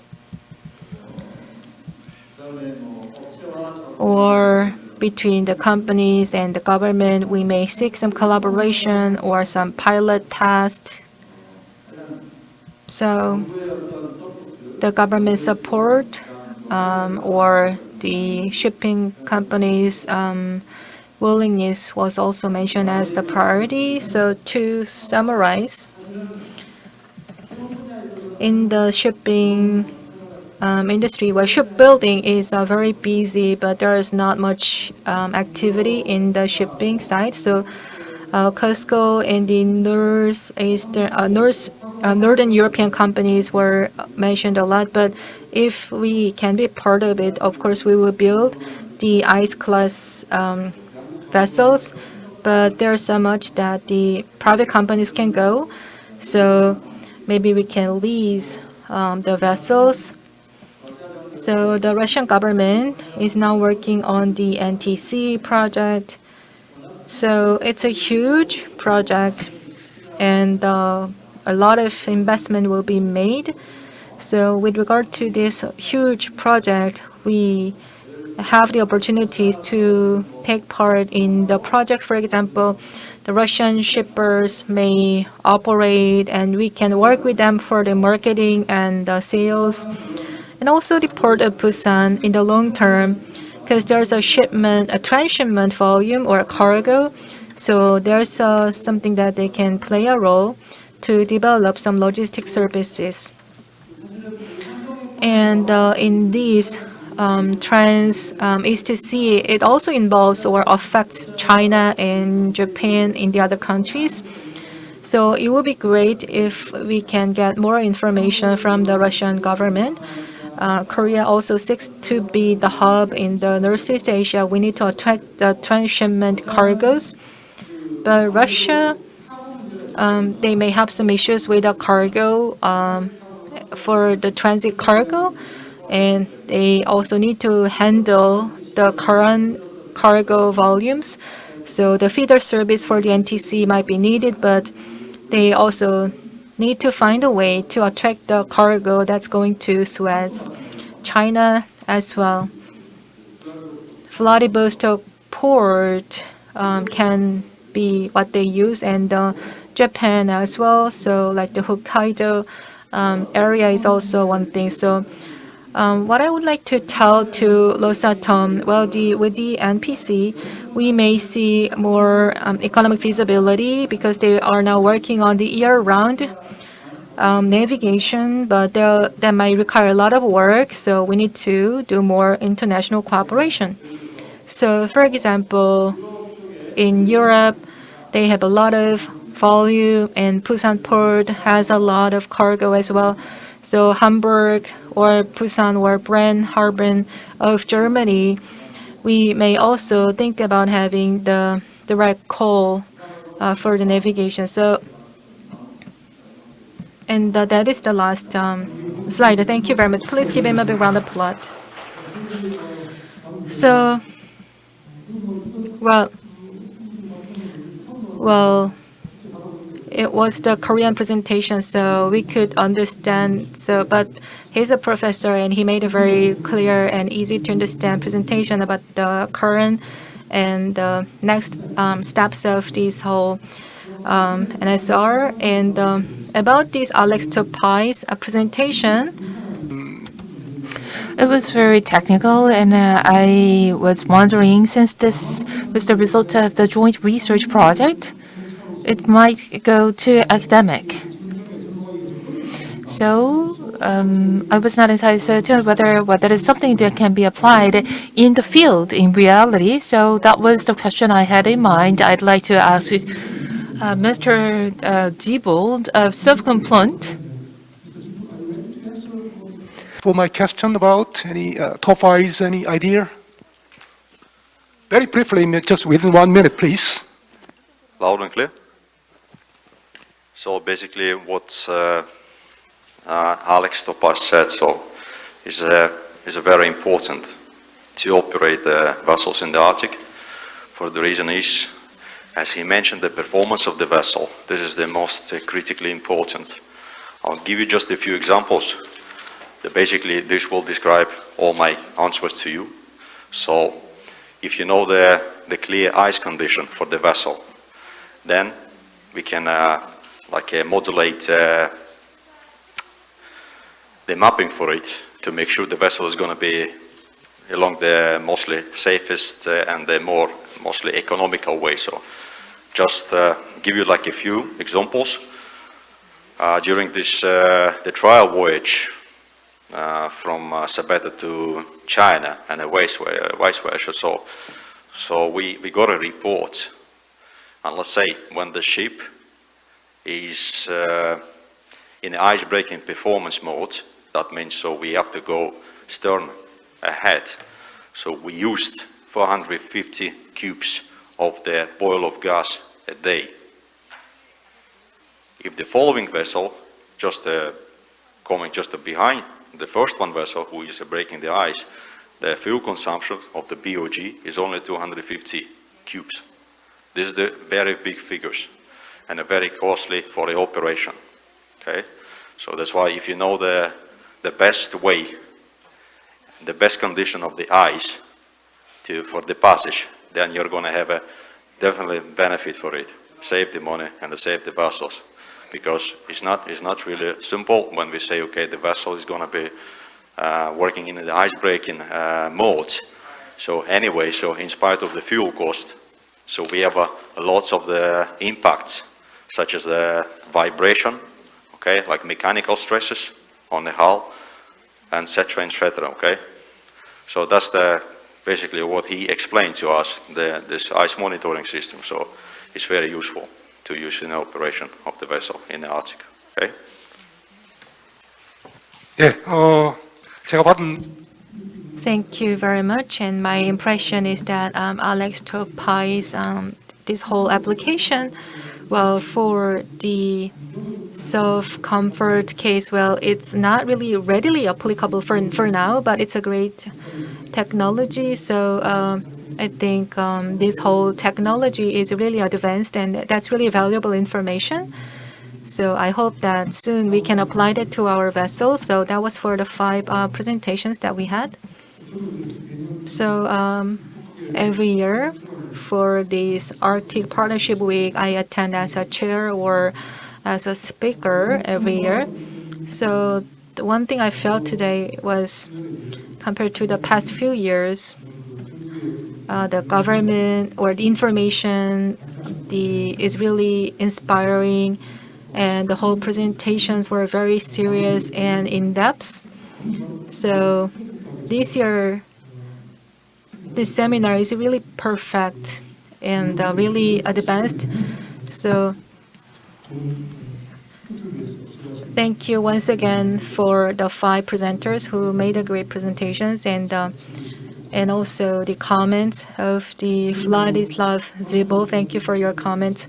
One closing comment, though, due to the COVID-19, we are wearing the masks, and I thought that we could take it off this year, but I hope things will go back to normal and we can really feel peace.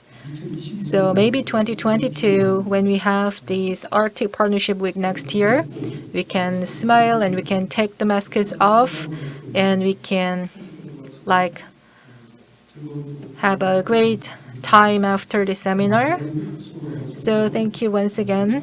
Thank you for listening. And as I mentioned earlier, the session from 4 countries, we had great experts and they joined from Zoom. So for the sessions, they may be very satisfied. And now it's time to close the sessions. So thank you very much. 예, 박 Thank you, Professor Bach. We will have a panel discussion in 5 minutes. We will take 5-minute break, and we will start our panel discussion at 5 past. So we will continue with the panel discussion in a moment. The moderator already is seated. I'd like to ask Mr. Jibo, Professor Hong, and Mr. Han are the speakers in person who are here in person to join us on the stage.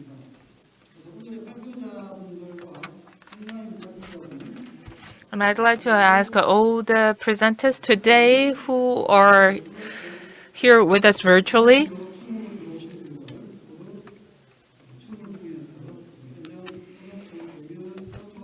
to join us for the panel discussion.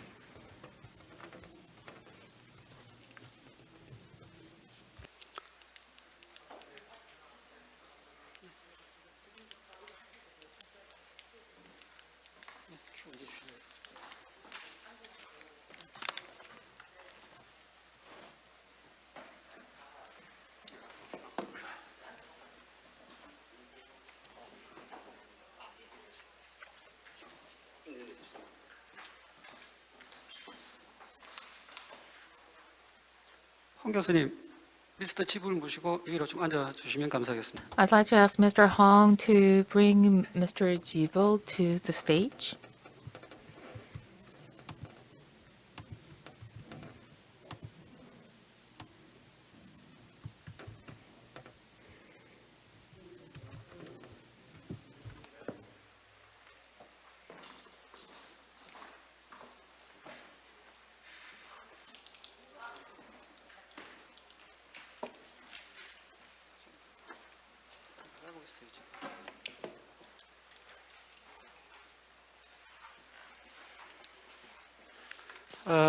지금부터 제10회 Now, I'd like to move on to the last part of today's seminar, panel discussion. Panel discussion will be moderated by Mr. Songwoo Lee of KMI.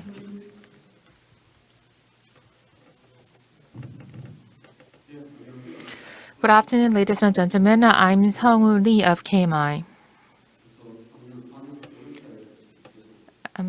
It's been 4 years since I have served as the moderator of the last session of this Arctic Shipping Seminar. I'd like to thank Professor Hong as well as the Yongsan University Institute of Arctic Logistics for having me today. So far, we have discussed many topics, and I'm entirely certain that, well, we as a seminar have developed and advanced so far, and the discussion have become much more profound and in-depth. Well, at first, we focus so much on the risks and opportunities and the benefits created by the use of Arctic shipping route. But from several years ago, we came to identify various issues and the risks and how to address those issues and the risks with new technologies and the skills and solutions, as well as the researches on the way.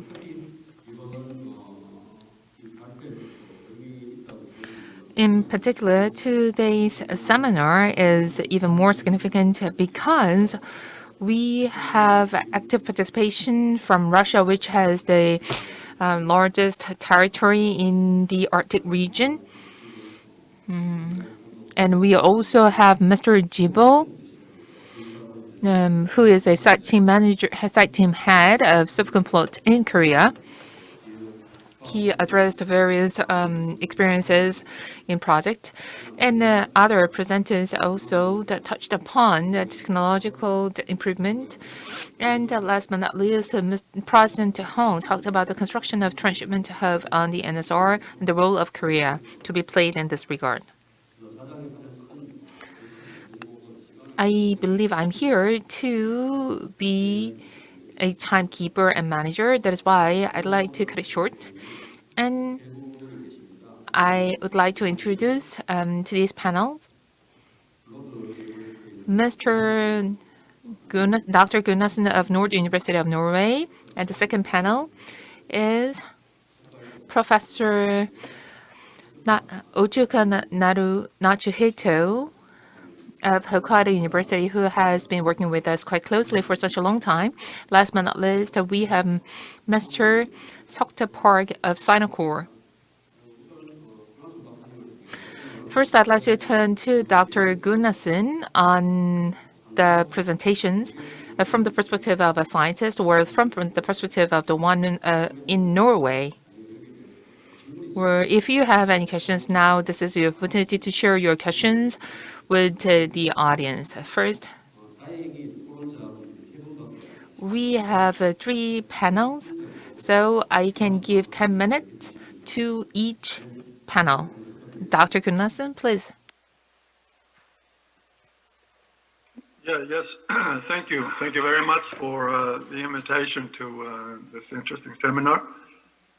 It's always a pleasure to interact with those that year after year participate in this important event in South Korea. I would like to start with a short remark regarding international shipping on the Northern Sea route. By international shipping, I mean shipping by non-Russian companies and or shipping to and from non-Russian ports. Maritime infrastructure development along the Northern Sea route is being developed as a necessity to bring large quantities of energy and mineral resources from the Russian Arctic to the global market and support Russia's own domestic shipping and shipbuilding industry. Russian resource extraction companies in the Arctic are now building their own shipping fleets to bring commodities out of the remote areas of the NSR. Subsequently, the role of non-Russian shipping companies is now less than envisioned, say 10 years ago. But Russia needs foreign infrastructure investments. It is common for big international shipping companies to invest heavily in port facilities in support of their own logistics operations along established transport routes. However, international shipping companies already using traditional routes will not easily alter their own long-established logistics operations. The Russian government has concluded that only when regular year-round navigation serving resource extraction projects in the Russian Arctic is established, will the international shipping industry start to show real interest in the Northern Sea route. Russia is predicting that regular year-round transportation will be the norm on the NSR already during the second half of this decade. But even if infrastructure materializes, a booming international transit business will not start automatically. Russia cannot decide the potential for international transit shipping. On the other hand, positive international market developments and reduced geopolitical tensions will not help if supportive Russian policies and framework conditions are not in place.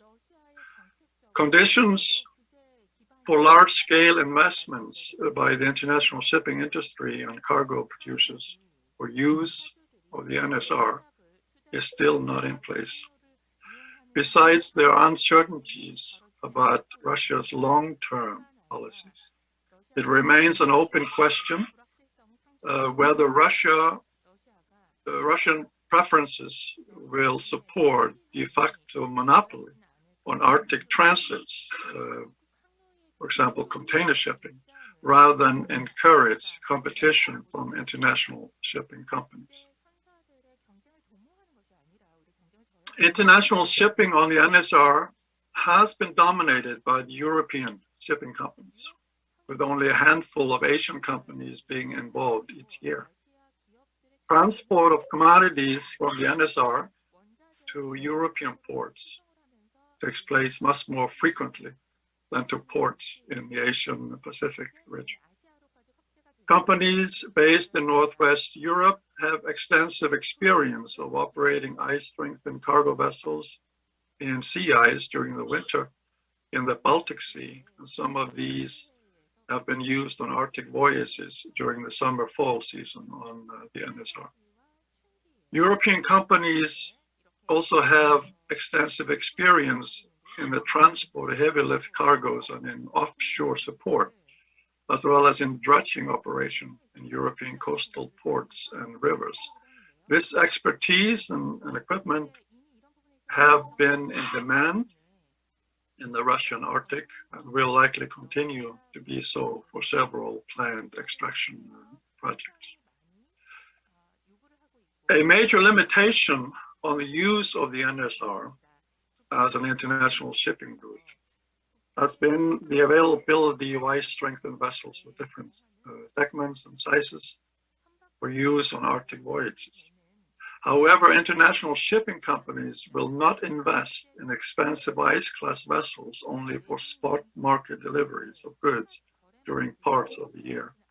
They need year-round shipping, a sustainable cargo base, and confidence in stable framework conditions if they are going to undertake large investments in ice-strengthened vessels.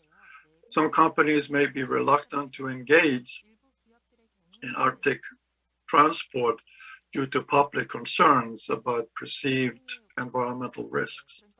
Yet Russia can claim that shorter sailing distances using the NSR translate into reduced emissions. And if enough LNG-powered vessels are introduced, climate-related arguments in favor of the NSR will be strengthened. So at the end of the day, it is the global maritime industry that will decide when the shorter Arctic route is safe, efficient, reliable, environmentally sound, and economically viable in the comparison with other routes across the world's ocean. So thank you. That was my short remark in the beginning.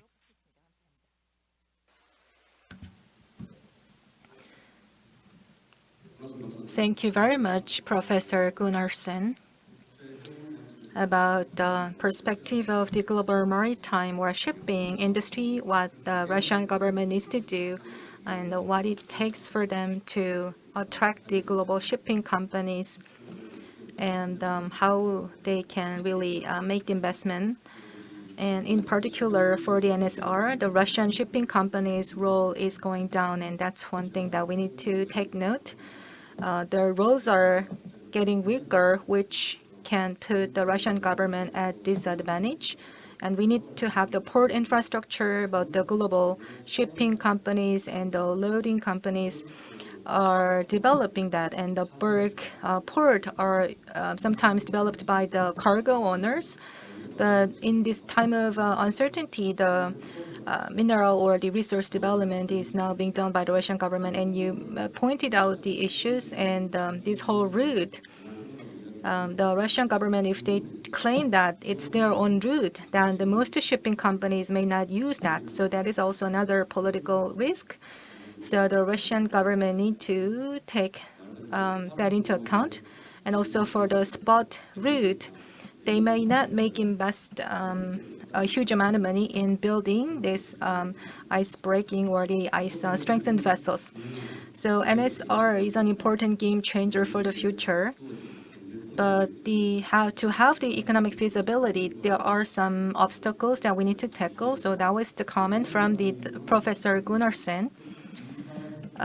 He's also talked about the perspective of Norway, which is also a member of the Arctic Council. So let's hear from the Japanese perspective, Dr. Otsuka Natsuhiko. Please share your comments and also your perspectives from Japan about the progress of these Arctic shipping routes, please. Okay, thank you. Can you hear me? Right? Yes. Okay. So I'd like to talk about what of the determinants of the Trans-Northern Sea Route commercial shipping. And as of the end of 2019, more than 300 Trans-Northern Sea Route voyages were carried out between Atlantic and Pacific Ocean ports. And all these attempts were temporal destination shipping, and mainly bulk cargo was transported. And basically, most of voyages were successfully completed without notable delay or problem. And through these accumulated experiences, shipping market might gradually gain practical knowledge of the Northern Sea Route for their businesses. And based on these experiences, the determinants of the Trans-Northern Sea Route shipping could be summarized several issues. Firstly, sea ice retreat enables to expand summer navigable period and chance to match time-dependent cargo demand and ice class ship schedule. But it would be hard to find high ice class cargo vessels that can sail the Northern Sea Route in winter, and it is not easy to achieve competitive shipping costs in near future. So the discussion of year-round shipping of general cargo would be a matter of long-term view. And the fuel price is one of the key elements of the Northern Sea Route shipping cost. And if the higher the fuel price becomes, the Northern Sea Route shipping cost feasibility against the Suez Canal route becomes more competitive. And availability of Russian nuclear icebreaker is often questioned, but it is not serious issues under recent sea ice retreat in mid-summer to fall seasons. However, if shipping activity expands to ice existing season, a nuclear and number of ships start to enter the Northern Sea Route, this would be important issues. And the ice and weather forecast are achieving both Russian information service, which was introduced today, and non-Russian commercial service as well. And satellite monitoring of sea ice is also achieving, but still there remain many issues to be developed. And among these issues, but the key issues for business possibility across the Arctic Ocean could be ice class ship availability and navigation safety and punctuality and market demand and sustainability. And some are still uncertain, but in many issues, situation is drastically developed in these years. And among them, building ice class ship might be a risky decision for private sectors, but under the support of Russian policy to develop year-round liner container shipment, ice class container carriers is becoming reality, maybe. And this could be a starting point of new era of the Arctic shipping, if possible. And in the technological point of view, ice navigation service provided by Russia, which was presented today, is very interesting and important progress for development of the Northern Sea Route. And at the same time, from the commercial point of view, cargo demand between Europe and East Asia is a crucial requirement to realize the commercial container shipping across the Northern Sea Route. Thank you very much.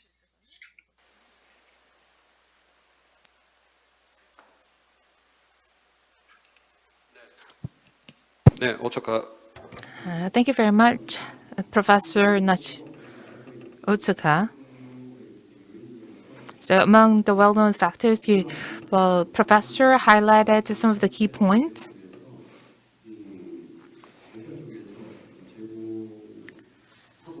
And the weather and ice forecast data as well as the sea ice monitoring has been especially highlighted by Professor. And the thing which grabbed my attention is ice class vessels as well as the icebreakers. There was such a disruption in the sea ice breaking operation. So it took 50 days instead of 30 days as usual. So with this, private participation would be extremely limited, since this is related to the safety as well as punctuality. So I believe the initial governmental support would be quite important. So the private-public cooperation and the partnership would be required in the initial days in order to address these various issues. And the second part I'd like to highlight is that the sea ice navigation system implemented by the Russian government needs to be upgraded further in order to tackle various issues identified by the professor. Due to climate change, there is a sea ice melting in the Arctic region. But as we have extreme weather because of the climate change, in the Arctic region, there is an extreme weather conditions take place so frequently because there is no predictability whatsoever. This poses such a serious threat to the vessels, cargo vessels. This is very important. That is why this was pointed out by the professor. Thank you. I'd like to move on to the third panel. Compared to China and Japan, Korea is more sensitive to the economic feasibility. That is why shipping companies in Korea are not that interested in the Northern Sea route. And as mentioned by Professor Hong in his presentation, we can see there are preconditions that need to be met by the NSR in order for the Korean companies to take part in the use of NSR. And now this panel is working for a shipping company, so I'd like to ask him for his opinion, and I'd like to also ask Mr. Park to make a comment on the technologies required for the safe navigation and as well as the requirement for the infrastructure investment, if he has any comment or opinion on that. Please.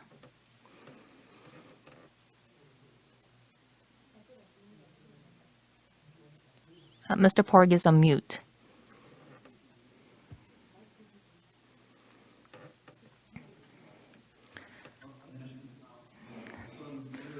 Good afternoon. Thank you very much for having me for this panel discussion. I'm Dr. Park of Sinocor.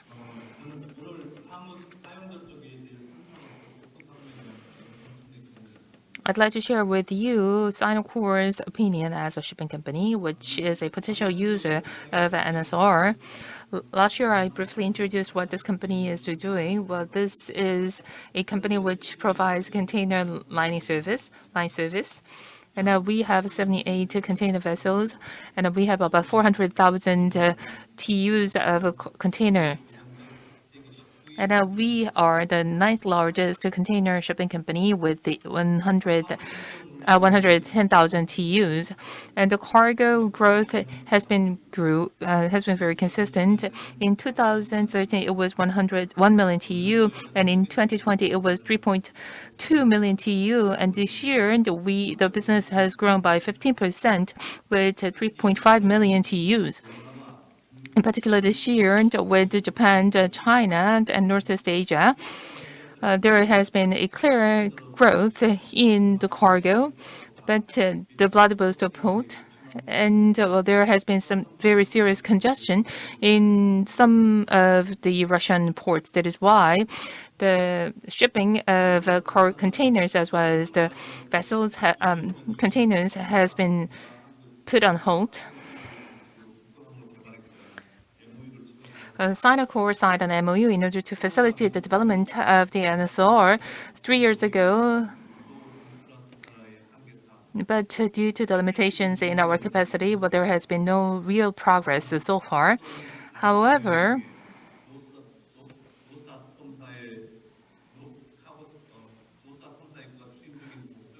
Rosatom's transshipment port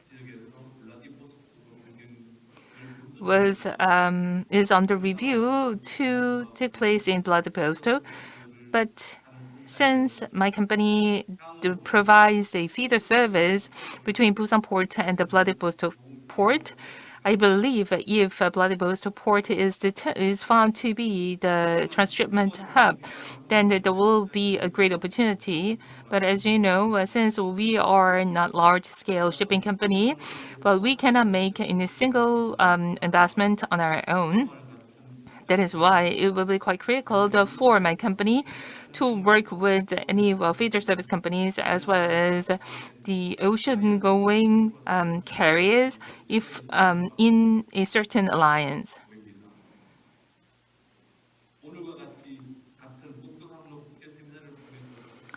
Through this kind of seminar, we'll be able to pursue joint research as well as the exchange of information. I believe we need to continue this kind of effort in order to facilitate our cooperation.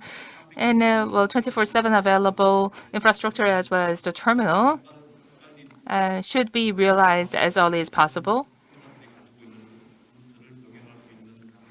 along the NSR so that we can encourage shipping companies to turn to use the NSR. Thank you very much.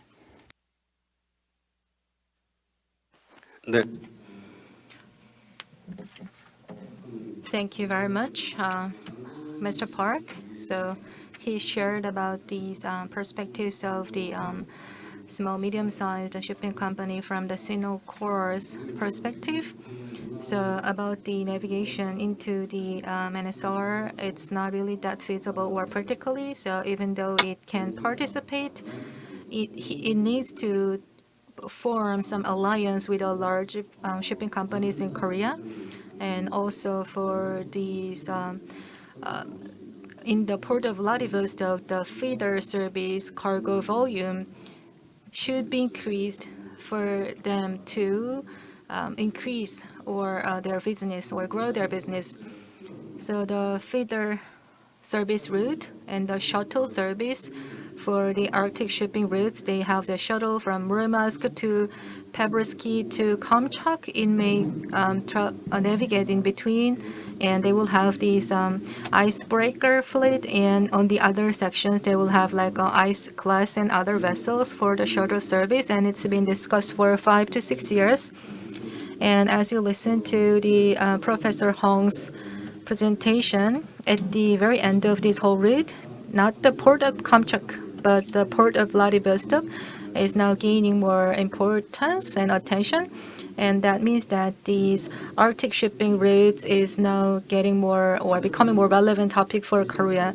So in other words, it means that for Russian government, they are now struggling to decide whether this Vladivostok or the other port will be better or not. So personally, I think as an expert in the international logistics business, well, given that all the conditions are the same, the port of Vladivostok is at a better or in a better position.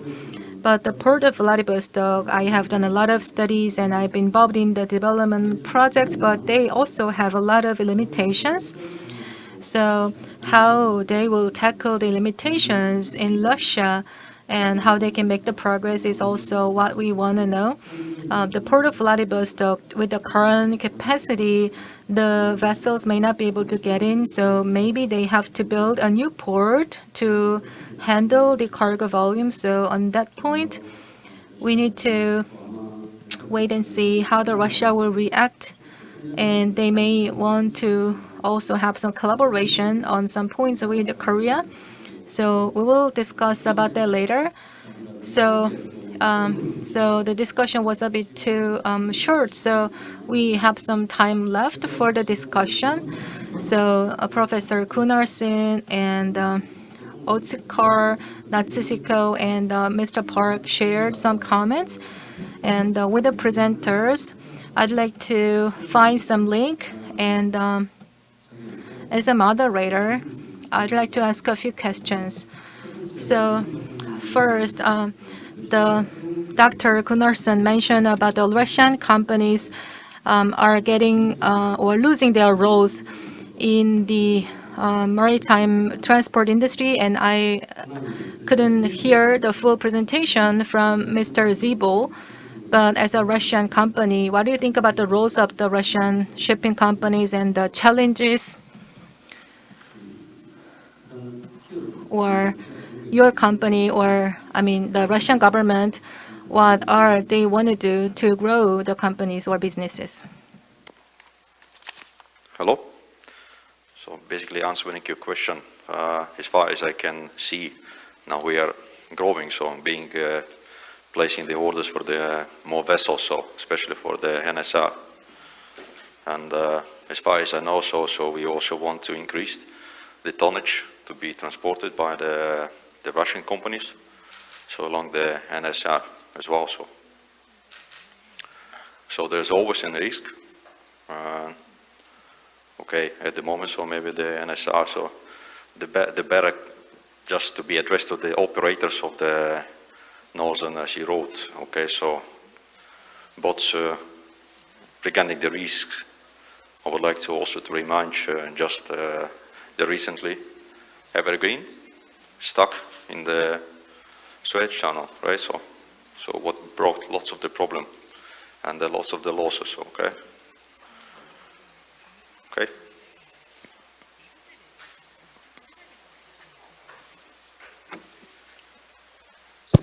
네, 감사합니다. Thank you very much. The Russian companies and the businesses are making dedicated effort in order to increase the use of the NSR and to address various risks out there. And as for the closure of the Suez Canal, as mentioned by Mr. Jibo, with that, we came to realize that there must be some alternative to the existing traditional route, but that also means that the vessels using the NSR, they try to use the NSR, but because of the delay, they, rather than using the NSR, they decided to use the Suez Canal. So these two options out there, the Suez Canal and the NSR, which one the companies would choose. So I think we will see a clearer picture in 5 years or in 10 years, whether this one is better than that one. I think that there are some issues for each route to tackle. Now, I believe the NSR is slightly a disadvantage, but at some point, the NSR will be able to become a compelling option, an alternative to the Suez Canal. I believe that's the point Mr. Jibo wanted to make. Then turning to Mr. Han. 인상적. You made a very impressive presentation on the R&D carrier from the perspective of the Samsung Heavy Industries technology. So there were many features like the intelligation and the others. So personally, I was wondering, as the vessels navigating the NSR, the icebreakers might be different from the vessels, because the regular vessels have a lot of digital technologies. So you might be thinking about what kind of digital technologies to be applied to your icebreaker vessels. So what are the level of the digitalization, like the autonomous vessels or navigation? Well, maybe not that level, but are there any kind of simpler technologies that you are already applying or in the pipeline?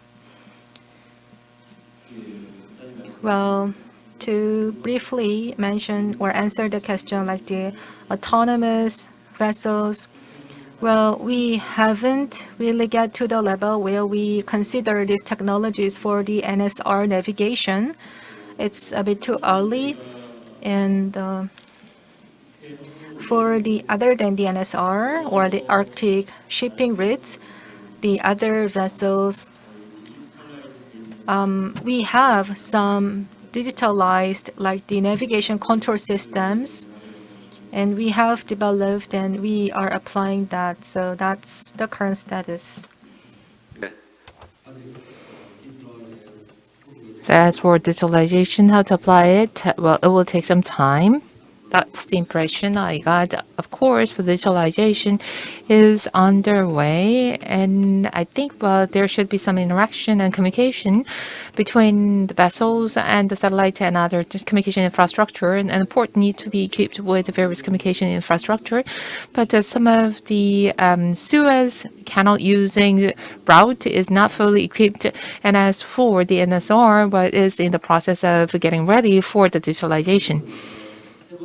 Now, I'd like to ask Professor Hong my question. You conducted the survey, and you have been working with various shipping companies so far in order to facilitate the use of the NSR. And as you mentioned at the start, what kind of help and support and assistance from the government do you expect to be most beneficial in promoting the use of the NSR? What kind of policies of the government will be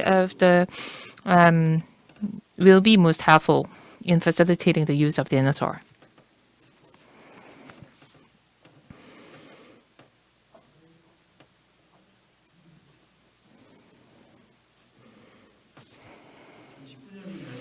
Probably it was back in 2019.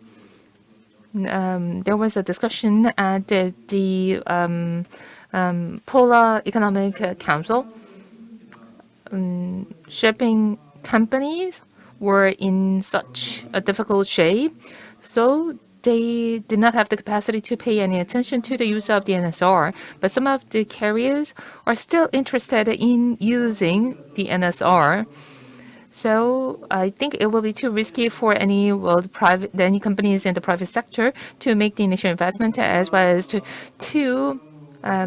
put in any initial efforts. That is why, if the government is interested in leading this initiative, I believe this is something actually mentioned by our president, incumbent president, to President Putin back in 2019 or 2018. So if the government is interested in pushing forward the NSR use, then there should be any partnership formed between the public and the government. And this is also part of the outcome of the survey. And if government is willing, that it can form a certain council or consultative body with the companies, the shipping companies. And there is no way for the shipping companies to build ice-class vessels if there is no cargo. So that is why we need some government support as well as some sponsorship, or we can build a lower ice-class vessel to use it for the route to the Southeast Asian ports, or we can use it for other public purpose. So I do not believe this is something that can be done by the private sector alone. That is why we need heightened attention from the government. 네, 교수님. Thank you, Professor. So the government need to pay attention to this to further open up the NSR. But since a few years ago, I have been pointing this out. A large-scale project between Korea and Russia can be considered, and the Russian party is also talking about that, but we couldn't really involved in that because in the Siberia or the Arctic region, the resource development, joint development, then these whole resources could be about cargo, or it could generate the cargo traffic. And who would own that? The Arctic 1 and R2 and our shipping companies have a strong technology. So but they are not sure whether it can continue. So if we can really attract the cargo traffic, then we can also get the order for the shipbuilding, and then Russia and Korea can collaborate. And the shipping companies, to have the cargo, we can also transport the cargoes as well.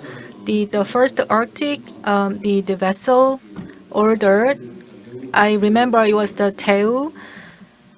Korean company, and Samsung Heavy Industries also won the order, or it's not operated by the Korean companies, but by the Japanese or the other countries' companies. So in that regard, we need to make some turning point and be more ambitious. So as Professor Hong mentioned, I think some experts need to raise their voices and make the proposals to the next administration of Korea so that the cargo can be attracted for these shipping companies.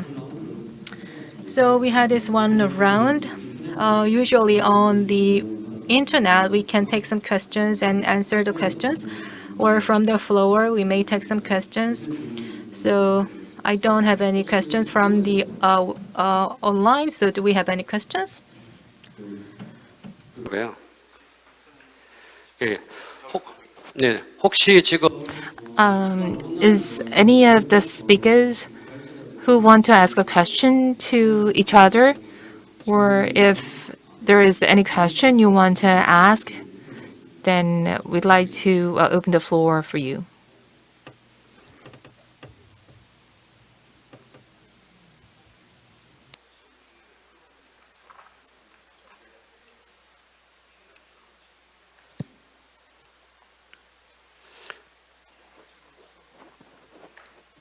혹시 코멘트 하실 분 있어요? Any comment from the speakers who are joining us via the Zoom platform? Thank you very much for giving me the floor. Alexei Bambulak, Aquaplaniva, Norway.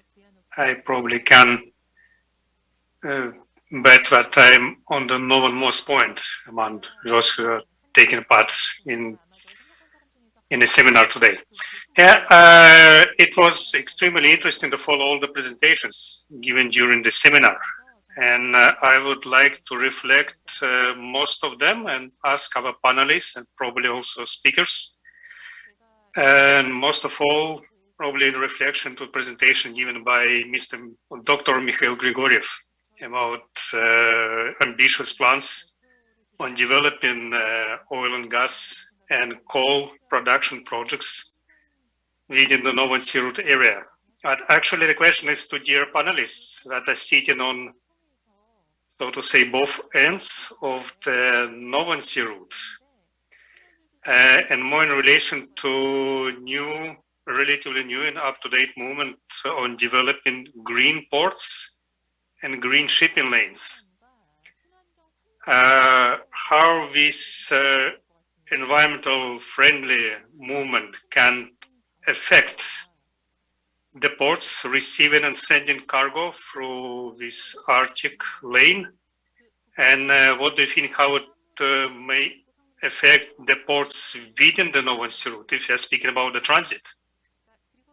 When actually, okay, how green should be ports within the Northern Sea Route area, and what associated costs we can expect with this environmental trend for Arctic lanes development. Thank you very much. I think it's a question for me. Yes, for you also, Mikhail. Okay, thanks. Alexei, you see all this zero carbon pursuit, etc. In my understanding, did not finally understand what does it mean. If you try to reduce the carbon emission during the transport operation, loading, and so on, we have to keep in mind what fuel is on the table. What do we really need? Is the LNG zero carbon fuel? I think no. You see a lot of words by Rosneft head Sechin that Vostok Oil will produce the production of his practically zero carbon fluence. I think it's not supported by some technological calculation. Really, I don't know answer for your question, because in my mind it's a great distance between declaration and understanding of the practical, technical, technological result. What we really need to do. In any case, if we are talking about the structure of the Arctic fleet, I mean, of vessels who are operating in the Arctic area, yes, of course, we have such pioneers like Softcomfort, who used not only LNG carriers or LNG, but they did really 3 voyages by the crude oil tankers fueled by LNG, but it was just first bird. It's not a systematic decision. If we will look at the whole cabotage fleet, we really face that all these vessels use the heavy fuel. I don't know. I think that first of all, it necessary to understand how much it will be. Your question is pretty good. I don't know. I don't know, because you see, it's necessary to keep some balance. It's necessary to keep balance between penalty and some motivation for the ship owners to change the engine of the vessels, to change even the ideology of the shipping. Other issue, if we are talking about zero carbon, it's very wonderful nuclear powered vessels which have practically zero. On the other hand, we have the great restriction for the nuclear vessels operation in different ports, etc., etc. Really, we don't understand what does it mean. So I think that I will leave this question open.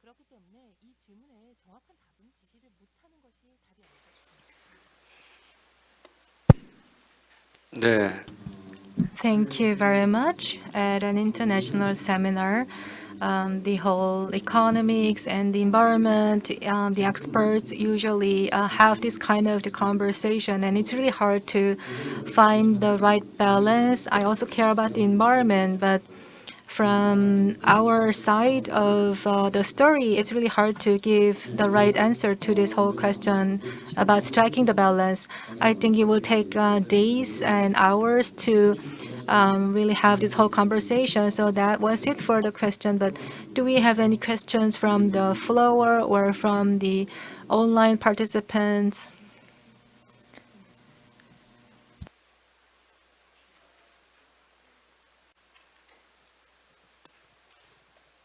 네, Okay, I think the time is up and time to close, or we have like 9 minutes to left, or okay, so if not, it's okay. From the floor, do we have any question? Who really feel that anyone who must ask a question? So Professor Park, please. The one last question. So please make it quick.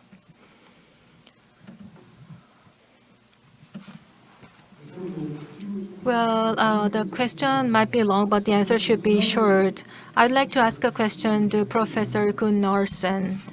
So in the northern, the route, the Suez transit to Europe to Asia, the service, to have the competitiveness, the NSR, it might take some time and cost. So we need the time and money for the NSR to be competitive compared to the Suez. So to have the commercial feasibility, we need to have the icebreaker. But without icebreaker, the year-round navigation must be feasible. So, and there was also mentioned from the Mr. Belkinson's presentation, but I have some other thoughts. So, Professor Gunnarsson, about having full competitiveness and having full commercial feasibility. From when do you think the NSR will be available, or the year-round navigation will be possible? What's your thoughts on this? Yes, thank you for the question. According to Russian sources, icebreaker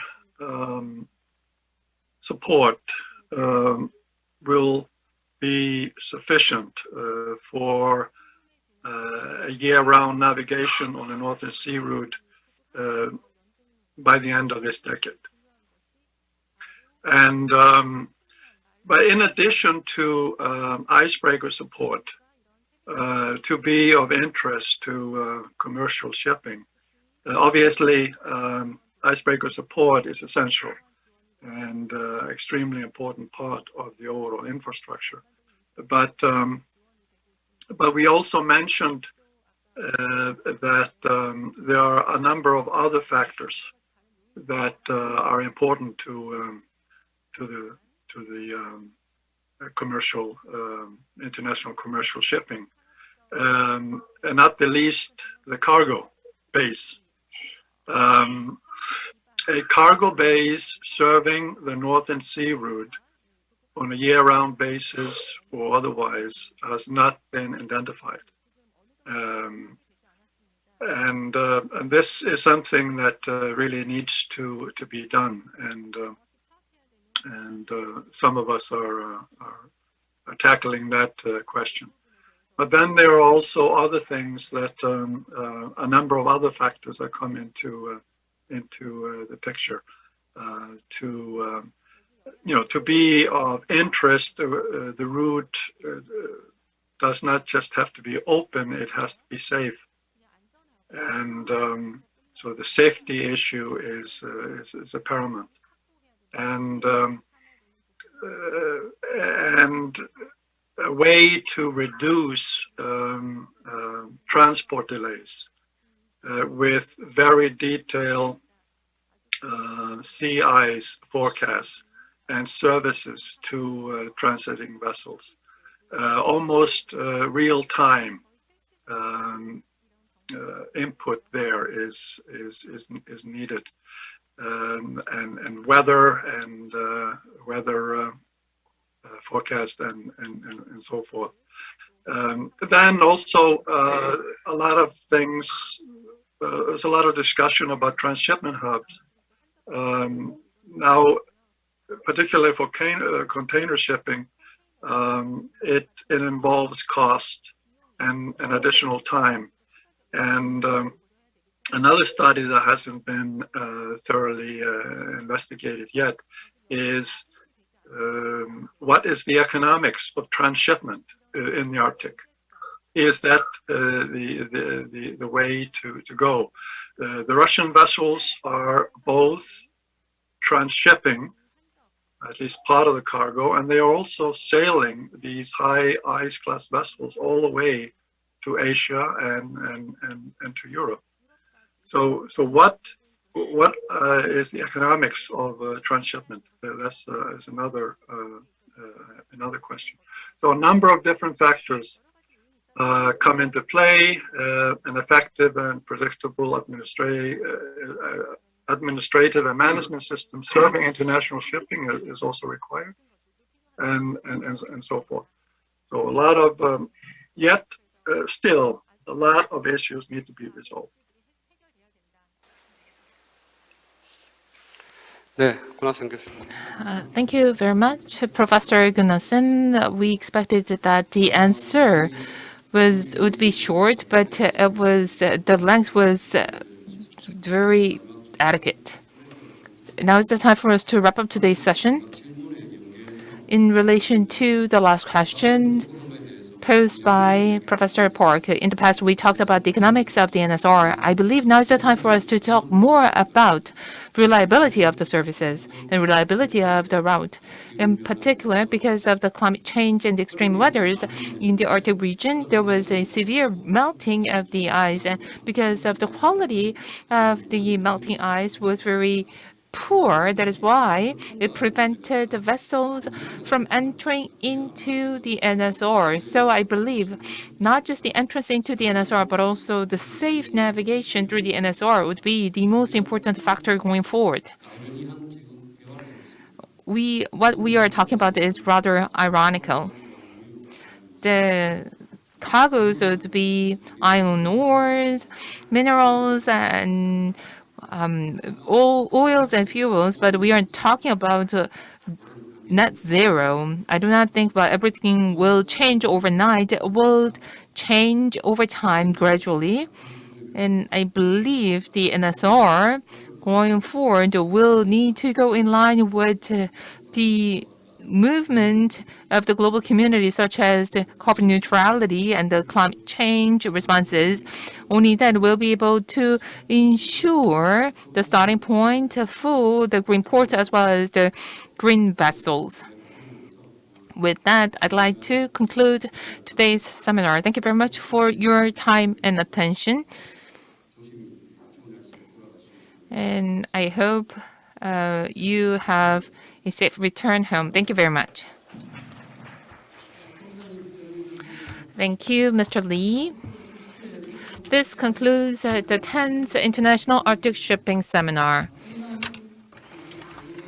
I would like to thank all the speakers from abroad, especially from Russia and Norway, who had to wake up at such an early hour. Thank you very much.